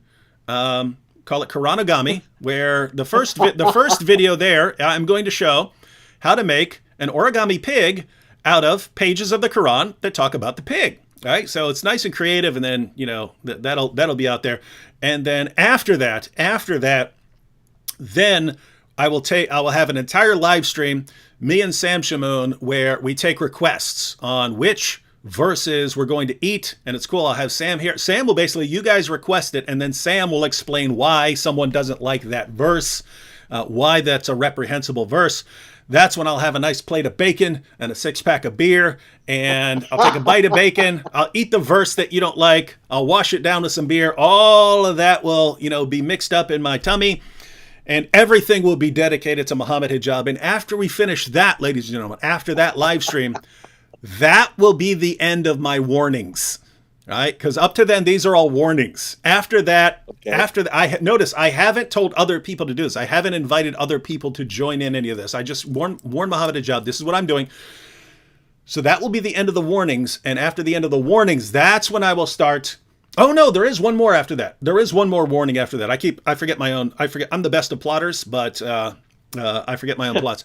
After that, but this one, people will actually be involved. I'm going to have 101 ways to destroy the Quran. That one I will actually make a video on and take requests of all the different ways you want to see me in one video destroy the Quran rapid fire. And after that, that will be the last thing that I do just by myself in a video. After that, I will be inviting people to contribute videos and so on. So you just have to sit there and wonder, because think about this. The Prophet Muhammad was ordered by Allah. Hey, these unbelievers are saying they're going to mock you if you don't stop. They're going to mock your God if you don't stop mocking their gods. Stop mocking their gods. And Muhammad said, okay, it hurts me to take an order from them. It hurts me to back down like this. But for the sake of my religion, I will do it. And then you've got Muhammad Hijab today. What? Huh? Who cares about my religion? All I care about is my pride. Oh, me strong, me never back down. So Muhammad Hijab is actually greater than Muhammad in his mind. This is amazing stuff. Muhammad himself backed down because Allah ordered him to. Muhammad Hijab, I will never back down. Me strong than you. Me strong than Allah. This is interesting. David, stuff. Yeah. Doesn't that make Muhammad Hijab a blasphemer and an apostate? And what what happens to blasphemers and apostates according to Sharia? This guy's an apostate in like 20 different ways, right? Just from thinking he doesn't have to listen to the Quran, from thinking he doesn't have to obey Surah 6 verse 108, from condemning, mocking people's sacred symbols when Muhammad did that, so he's attacking his own prophet and his own God and Abu Bakr and all. It's just, this guy has no respect for anything but himself. It's amazing stuff, but it sure is fun to watch. Incredible. I have to say that, and it sure is good for me, ladies and gentlemen, because I have successfully managed to monetize Muhammad Hijab. All right. Now, where were we? Okay, so we had, I wanted to play this video clip because, we can share our thoughts on this, which started, and let me get the video pulled up, but this is Armin Navabi, ladies and gentlemen. So I ate a piece of the Quran as a warning to Muhammad Hijab. Then in a different live stream, the apostate prophet was annoyed that people were more upset with me taking a bite out of the Quran than they were with people saying he and his fellow ex-Muslims are going to be put to death.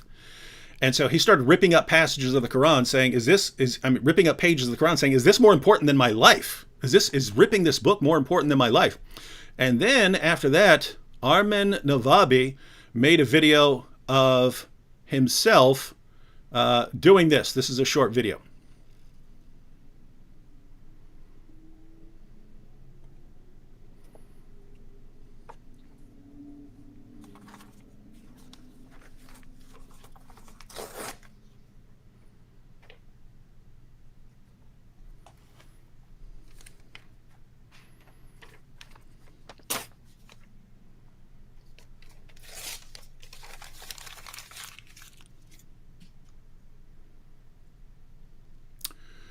So, pretty hardcore. He took a page of the Quran, spit on it, crumbled it up, threw it. What do you guys think about that? First, what are your thoughts on this? Because, Robert, there are lots of situations where I think, like, when Terry Jones was having his burn the Quran, I actually debated him and said, hey, this is stupid. Don't do this. But with ex-Muslims who are actually under a death sentence for this stuff, even years ago, if an ex-Muslim was saying, I'm gonna burn the Quran, I'm like, hey, there's nothing I can say to someone who's under a death sentence simply for leaving this religion. But now it's where, the apostate prophet is just, guys, how do you not get this? And it seems that what I've gathered, I haven't been following it completely, but what they're saying is, we're going to do this. We're going to desecrate your Quran until everyone is desensitized to it. And so you don't start threatening people with death over this nonsense. And maybe you'll get to a point where you don't want to kill us for leaving your religion. So they're basically doing something similar to, they're drawing cartoons and things like that. Hey, get over this stuff. We're going to keep doing this stuff until you get over it and stop thinking that people need to die over this stuff. Yeah, I would expect that some of these people that are doing this now, they would object to the hardline party of Denmark and Rasmus Paludan and to Stop Islamization of Norway. And they would say, oh, they're right-wingers and so on. But they're doing the same thing that they did. And I've even seen people saying that you have to have the right people to do it. But I think that's ludicrous. The action is what's important here, not the actor. And in this case, they are doing exactly the same thing that needs to be done. They are showing that this reaction that Muslims are having, those who are threatening them are having, is completely disproportionate to the act, and that it is part of a free society to have free expression. You can't have free society if you have a protected class that is immune from criticism or mockery. And so if there is some group that it is illegal to criticize or illegal to mock, and you cannot take their holy book and chew it up and spit it out, then that group is immune from criticism, and that is the gateway to tyranny in any society. If you have a group that is above criticism, forbidden to criticize, then they can do whatever they want and nobody can say a word. So it is absolutely essential for the health of a free society and the continuation of a free society to have people doing this, whether they are so-called far right or whether they are leftist atheists or everything in between. The people who are doing this are standing up for a core principle of any free society, and a free society cannot be a free society unless this principle exists and is defended. Mm-hmm. Yeah, and that's my view. There's lots of situations where someone was just, standing on the street for no reason and just for the sake of annoying people was ripping something up or spitting on something. I'd say, grow up, or something like that. But my goodness, we're talking about people who are actually under a death sentence. And if the adherents of this ideology ever get power over them, they're openly admitting now, we're going to kill you. They're openly saying it. Yes, we're out doing our dawah every single day, winning converts. And if we ever really get the numbers, you're dead. And for some reason, these guys go, okay, you're saying you're going to kill me. Here, look, I'm spitting on your butt. And you have to die. You have to die. And so they're doing an awesome job getting people to reveal their true colors. Because again, when you're saying, hey, here's what I really think of your ideology, which calls for my death. This is how, the contempt I have for your book because of what it teaches you. Here's what I think about it. And then all the adherents of that book do is prove them right. Yes, now we're all going to kill you. Now you disgraced our book. Now we're not just going to kill you because you're an apostate. We're also going to kill you for, desecrating our book. And so now you're under multiple death sentences. Well, so it's all about submission. Here again, in Islam, of course, Islam means submission. And the Muslim submits to Allah, and the non-Muslim submits to the Muslims. And the Muslims are the executors of Allah's wrath. Remember 9:14 and 15, where it says, fight them, and Allah will punish them by your hands.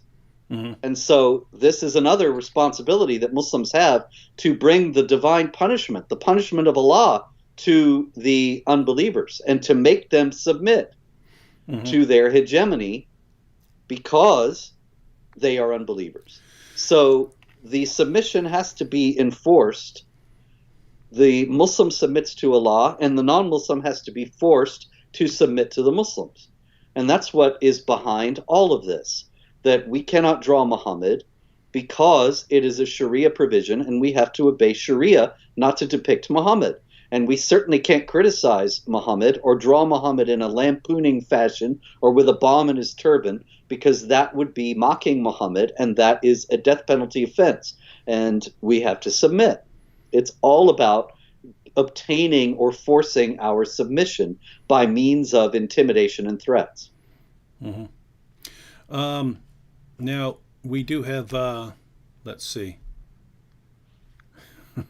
We had some Muslims saying that you can't stop the Quran by destroying it because so many Muslims have memorized it.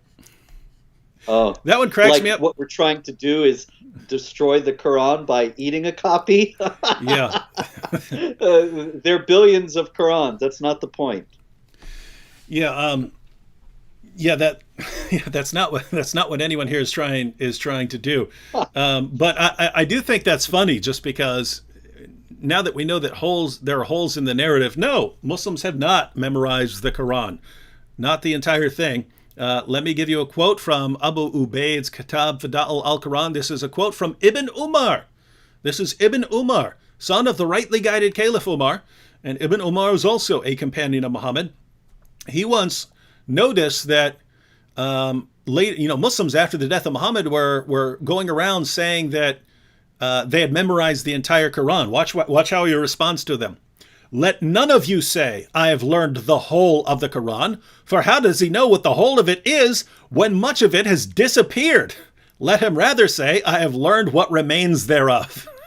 So to all my Muslim friends out there, never, ever, ever say, Muslims have memorized the Quran. You say there are Muslims who have memorized what's left of the Quran after so much of it was lost. That is the correct position. Oh, but you never heard that before, right? Yeah, that's because your leaders are a bunch of liars who lie to you and say, perfect preservation, right down to the letter. My goodness, do some research, guys. Do some research.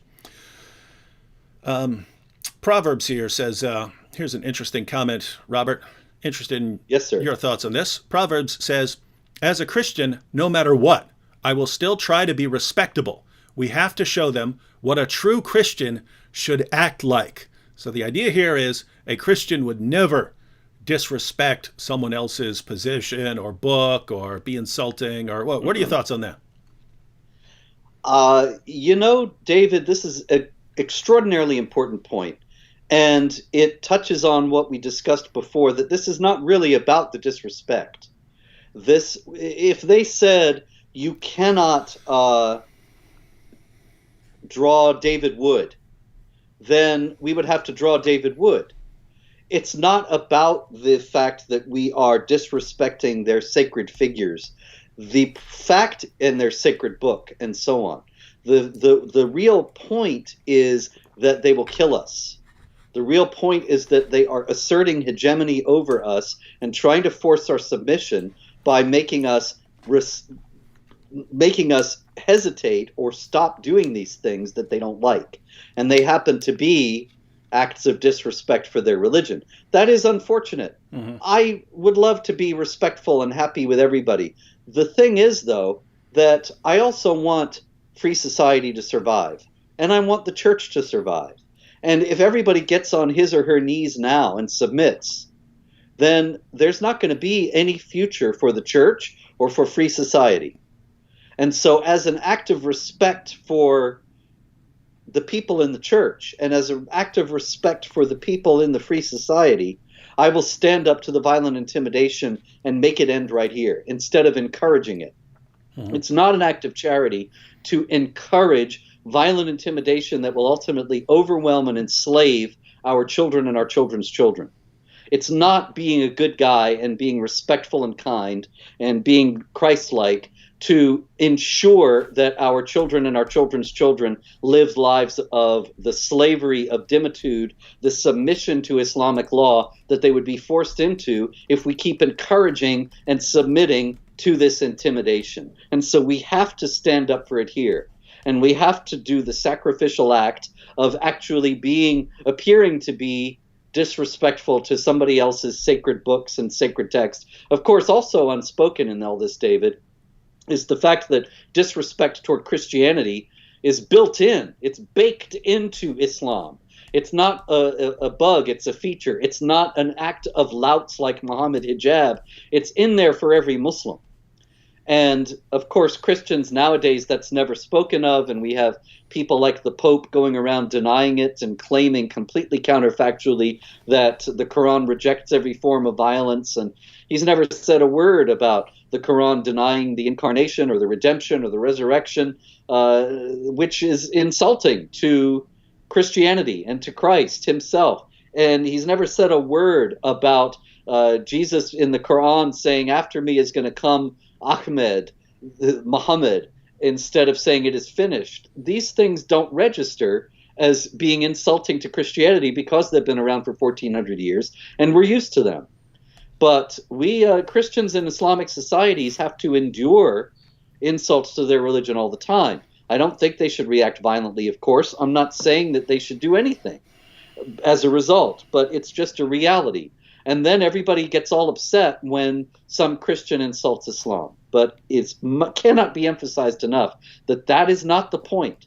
The point is to stop that intimidation before it victimizes us all and destroys our society.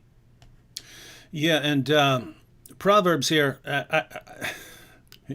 with your emphasis on respectability, I would encourage you to read the Bible. Read Matthew 23. Read what Jesus said to the scribes and Pharisees of his time when he's calling them fools, blind guides, whitewashed tombs full of all sorts of uncleanness. He insults them. He mocks them. That's a pattern in the Bible. And the pattern that you find in the Bible is, yes, there were all sorts of times when Jesus would be the nicest person in the world. If you were an outcast, if you were abused and oppressed by others, he was going to be the most loving person around. If you were an oppressor, oppressing people, especially a religious oppressor leading people astray, he was coming to pick a fight with you, right? He was going to shower you with insults, right? That's a fact. Again, that's a pattern we see throughout the Bible. So we have to say, according to the Bible, there's a time when you're just not respectable, right? There's a time when you put people in their place. There's a time when you insult. There's a time when you rebuke, even with mockery. We find that in the Bible. And again, the pattern that you find is, this is most commonly associated with religious leaders who are leading other people astray and with oppressors. Now, if the pattern we find in Scripture is religious leaders who are leading other people astray and with oppressors, Old Testament or New Testament, same pattern. If those are the people who are on the receiving end of insults and mockery, well then, who's the ultimate religious leader who's leading people astray and the ultimate oppressor? Why, it's the same guy, Muhammad. So I would say, hey, if there's anyone that you could say, according to Scripture, we can go after this guy with insults, mockery, it's Muhammad. So There's a big problem, David. A big problem in the church today and in the world as well, actually, that people have confused being charitable in a Christian sense, being loving in a Christian sense, with being nice.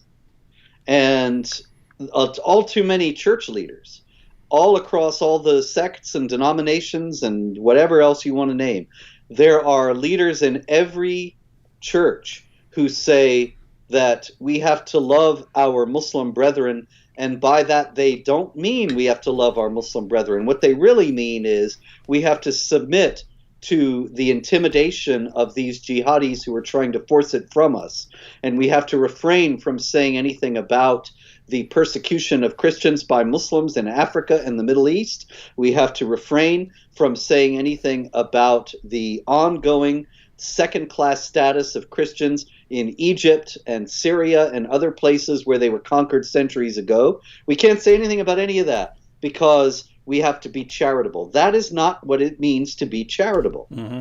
And it completely ignores what you were pointing out, that Jesus himself did not behave that way. Elijah the prophet in the Old Testament did not behave that way. He mocked the gods that he was up against when he was proving who had the real God. The record is very clear on this, but this is probably the foremost aspect of the biblical message that has been lost today and completely overlooked. And you have guys like Rick Warren going around and reaching out to groups with and individuals with ties to Hamas and the Muslim Brotherhood. You have the Pope signing his ridiculous declaration with Ahmed al-Tayyib, the Grand Sheikh of Al-Azhar, saying that terrorism comes from economic and social factors and not from any teachings of any religion. And of course, he said in an earlier document that authentic Islam and the proper reading of the Quran reject every form of violence. There are so many examples of this from so many churchmen, and it's frankly insidious. It's dangerous. I'll give you one last example. That is Bishop Robert McManus of Worcester, Massachusetts. I was supposed to speak up there a few years ago at a Catholic conference, and McManus canceled me, which is true of many, many Catholic bishops. I was really on their list for a while. Now I just don't get invited at all. But that's all right. The real thing about McManus that was disturbing was that he said that the problem is that I was going to come in and talk about the persecution of Christians in Nigeria and elsewhere by Islamists, and that would harm the dialogue that he was having with the Muslims in the Worcester, Massachusetts area. Wow. So in other words, in order to maintain his dialogue, which hasn't accomplished a single thing, hasn't saved one Christian from persecution, hasn't converted one Muslim to Christianity, hasn't saved one church from being burned or appropriated as a mosque, in order to save this totally illusory dialogue, he's going to stop talking about the persecution of Christians. And so the church, instead of standing up for the brethren who are persecuted, stands down and submits. And that's what this desecration and the burning of the Quran and all these other things are designed, and the Draw Muhammad contest that we had, that's what it's all designed to prevent. So that a society in which the church can flourish and in which all free people of every faith can flourish can still be preserved. If we start kowtowing to violent intimidation, those things are going to be obliterated. Yeah, and on that issue, I mean, this was a while back, but I actually had a video banned by YouTube as hate speech that was simply reporting statistics on persecution of Christians. And the top 10 countries that were basically the worst countries to be a Christian in because of the levels of persecution there. And all I did was read statistics off, and YouTube banned that as hate speech. But similar idea, you can't say this kind of thing because it's going to hurt and offend the wrong people. But what you were just pointing out right there, hey, Robert, you're going to talk about persecuted Nigerians and so on, and that's going to injure my relationship with these guys. So we have to keep quiet about that. That is, it's similar to the situation with hijab in that people like Muhammad Hijab and the terrorists and the oppressors and the radical ones who want to take over and execute people, they use the nice Muslims that we want to get along with to basically shield their activities from criticism, right? So in other words, this is the message that we get from Islam. Hey, these guys are, gang raping little girls, and these guys are blowing you up, and these guys are, saying abusive things about your wife, and these guys are saying they're gonna kill you as soon as they take over. But you have your nice Muslim friends, and you don't want to hurt your relationship with those people, do you? Therefore, turn a blind eye towards everything these people are doing. Even if they're raping your daughters, even if they're heaping abuse on your wife, even if they're saying they're going to kill you, you don't want to hurt your relationship with those guys over there, do you? No, you don't want to do that. Yep. You don't want to upset them. And so, guys, that you can't go on like this forever, letting people, violent oppressors get away with it because you don't want to hurt people's feelings. There has to come a point.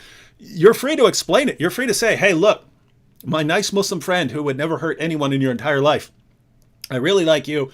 I hope that we can continue having a friendly relationship. However, I cannot ignore that person. Either you expose him and call him out, or I'm going to. But when I do it, don't come complaining to me that I'm hurting your feelings, right? And so, well, David, there are some Islamic groups in the United States that have this kind of thing down to a science. Oh yeah.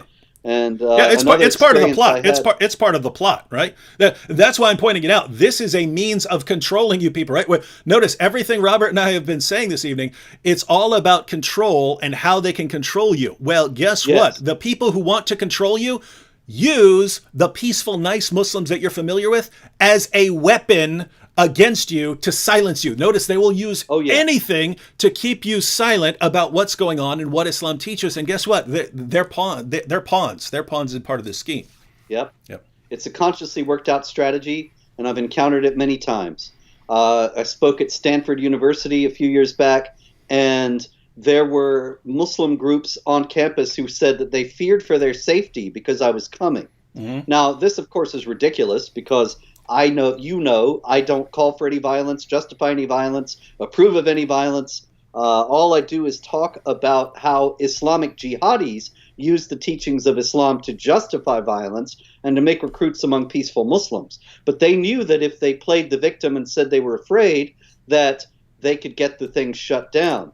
In the same way, I spoke at a county Republican club up in New England last year. And there was a Muslim family in the area that the local press found, and they said, yes, we're afraid because Spencer's coming to speak. And I thought, this is so ludicrous, but it works very well. It's very cleverly done because really, if they are peaceful, as I'm sure they are, then they ought to have no problem with me calling out the violent ones. Mm-hmm. They ought to object to the violent ones just as much as I do.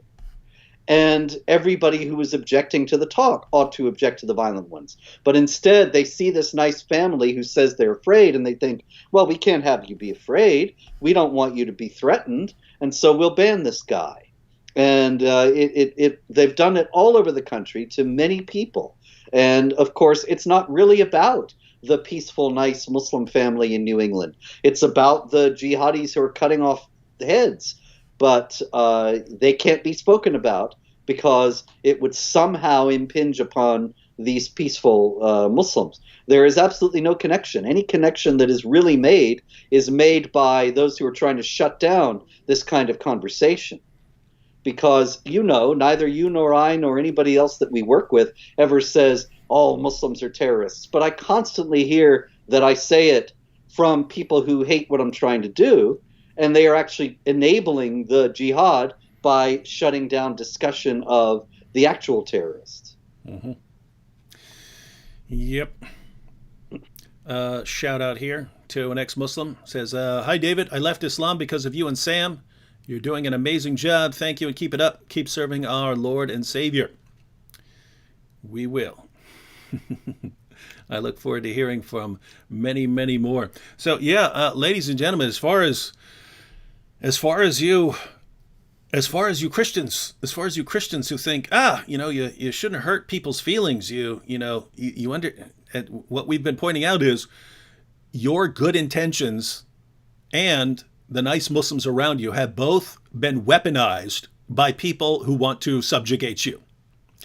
And exactly, you are not commanded to be stupid and fall for this, right? You're not commanded to be stupid and to fall for this and to let future generations be subjugated because you are too stupid to see what's going on, right? It's part of their playbook. It's part of their means of controlling you. Don't fall for this stuff. All right, Robert. Well, we've been going for a while. We started by mentioning the Charlie Hebdo, and then we went kind of back to the beginning. Went through Salman Rushdie and the Danish cartoons and South Park and you and Molly Norris, and then through Sweden, Norway, me eating the Quran, David, desecrate none the of Quran this would have hashtag. happened. Yeah. Excuse me, but I got to say, none of that would have happened if they hadn't threatened to kill people because of it. Yep. And that's what they never seem to figure out, these jihadis. They don't seem to understand that they themselves are making these events happen. They themselves are making people think it's important. I have to desecrate the Quran or draw Muhammad now.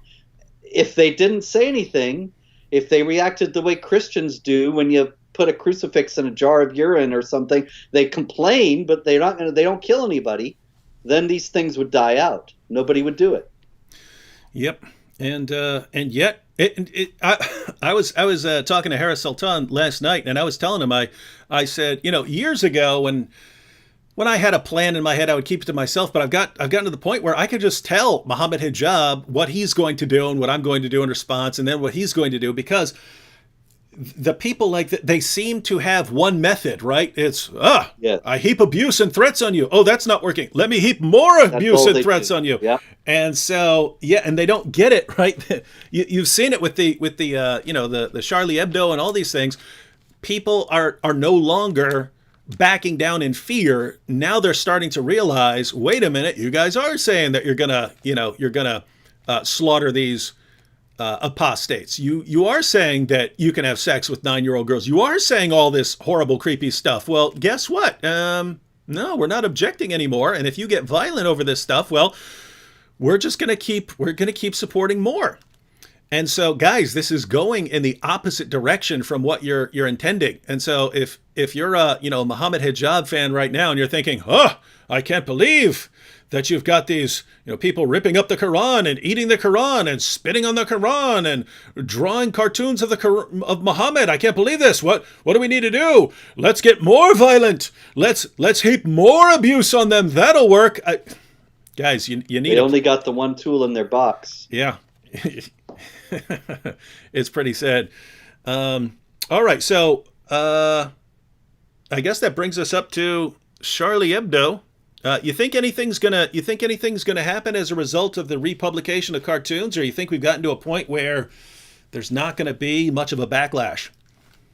I think because it's Charlie Hebdo, something might happen. If it were anybody else, maybe nothing would happen at this point. But I think there are going to be some jihadis out there who think it's a point of pride because they hit Charlie Hebdo before, and now the infidels are not submitting again, and they have to be once again shown they must submit. And so I hope I'm wrong. I hope there is no attempt, but I wouldn't be surprised if there was in this case. Yeah, and that's what I'm thinking. I'm thinking, yeah, a lot of them are now used to the idea of people, making cartoons and criticizing Muhammad and so on. But because it's this group, because it's Charlie Hebdo, you might have another attempt. So hopefully, and I'm assuming the cartoonists and editors and all that stuff are taking some decent security precautions. They weren't ready at all in 2015. They probably should have been, but probably they themselves were not really aware of the full implications of what they were doing. I think that became clear when they denounced us after the Garland attack. They really don't know anything about Islam, and they don't know what they're dealing with. So they really didn't think anything was going to happen. But now they ought to know, and I hope they're prepared. Yep. And so, ladies and gentlemen, you are now fully up to date on the entire history of criticizing and mocking Muhammad and the Quran as a tool to avoid being subjugated by an ideology that wants to control you and take away your rights. So you're up to date. Anything that, things might happen next week. In fact, I know things are going to happen next week because things are going to happen next week on my channel. And the Desecrate the Quran hashtag on Twitter has taken off. People have been posting some stuff. In fact, one young lady who had left Islam posted a video of her ripping up the Quran, and she had her channel taken down. So people were able to successfully get YouTube to take her channel down. Now, you'd have to wonder why, in the name of common sense, it should be against the rules or the law on YouTube to tear up a book, especially an ex-Muslim who was under a death sentence from her former religion.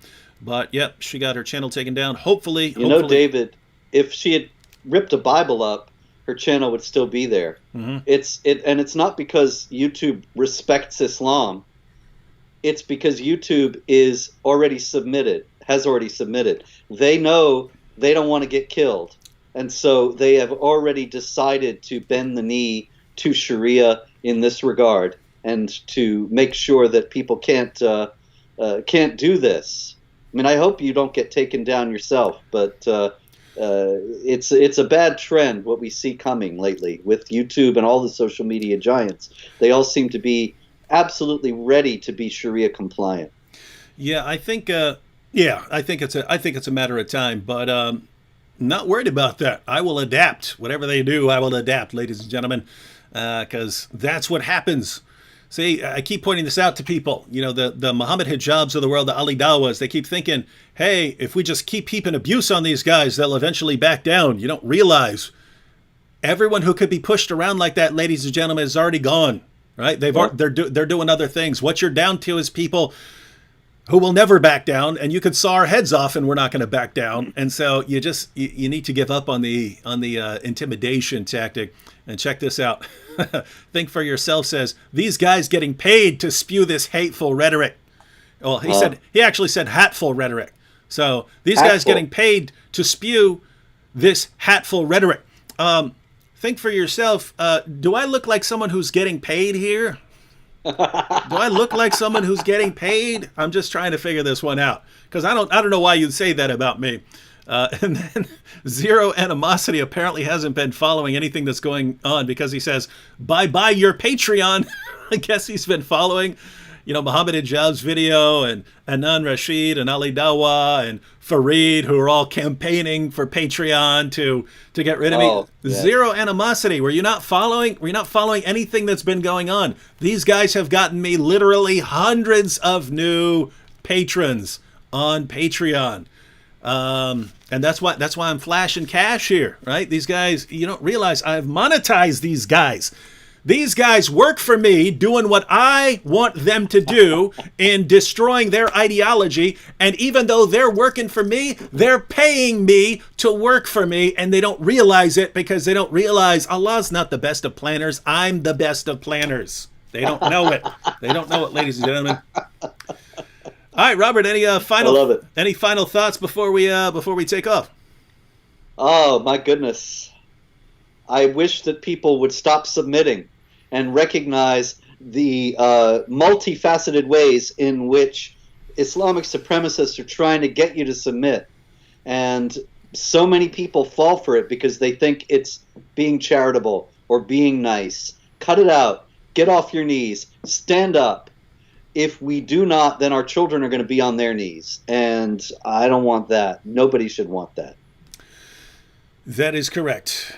And just thank you, everyone, for joining us. The links to Robert's website, that's the main resource you'll want from Robert, because that is the best place on the planet to stay up to date every day on what's going on in the world of jihad. So go to Jihad Watch. The link's in the description box. I also have a link because several of you have asked if Robert has a YouTube channel. Yes, there's a link to Robert's YouTube channel in the description box. And also to the greatest book there is on the topic of jihad, Robert's book, The History of Jihad. A link to that book on Amazon is also in the description box. So you'll definitely want to subscribe to the channel.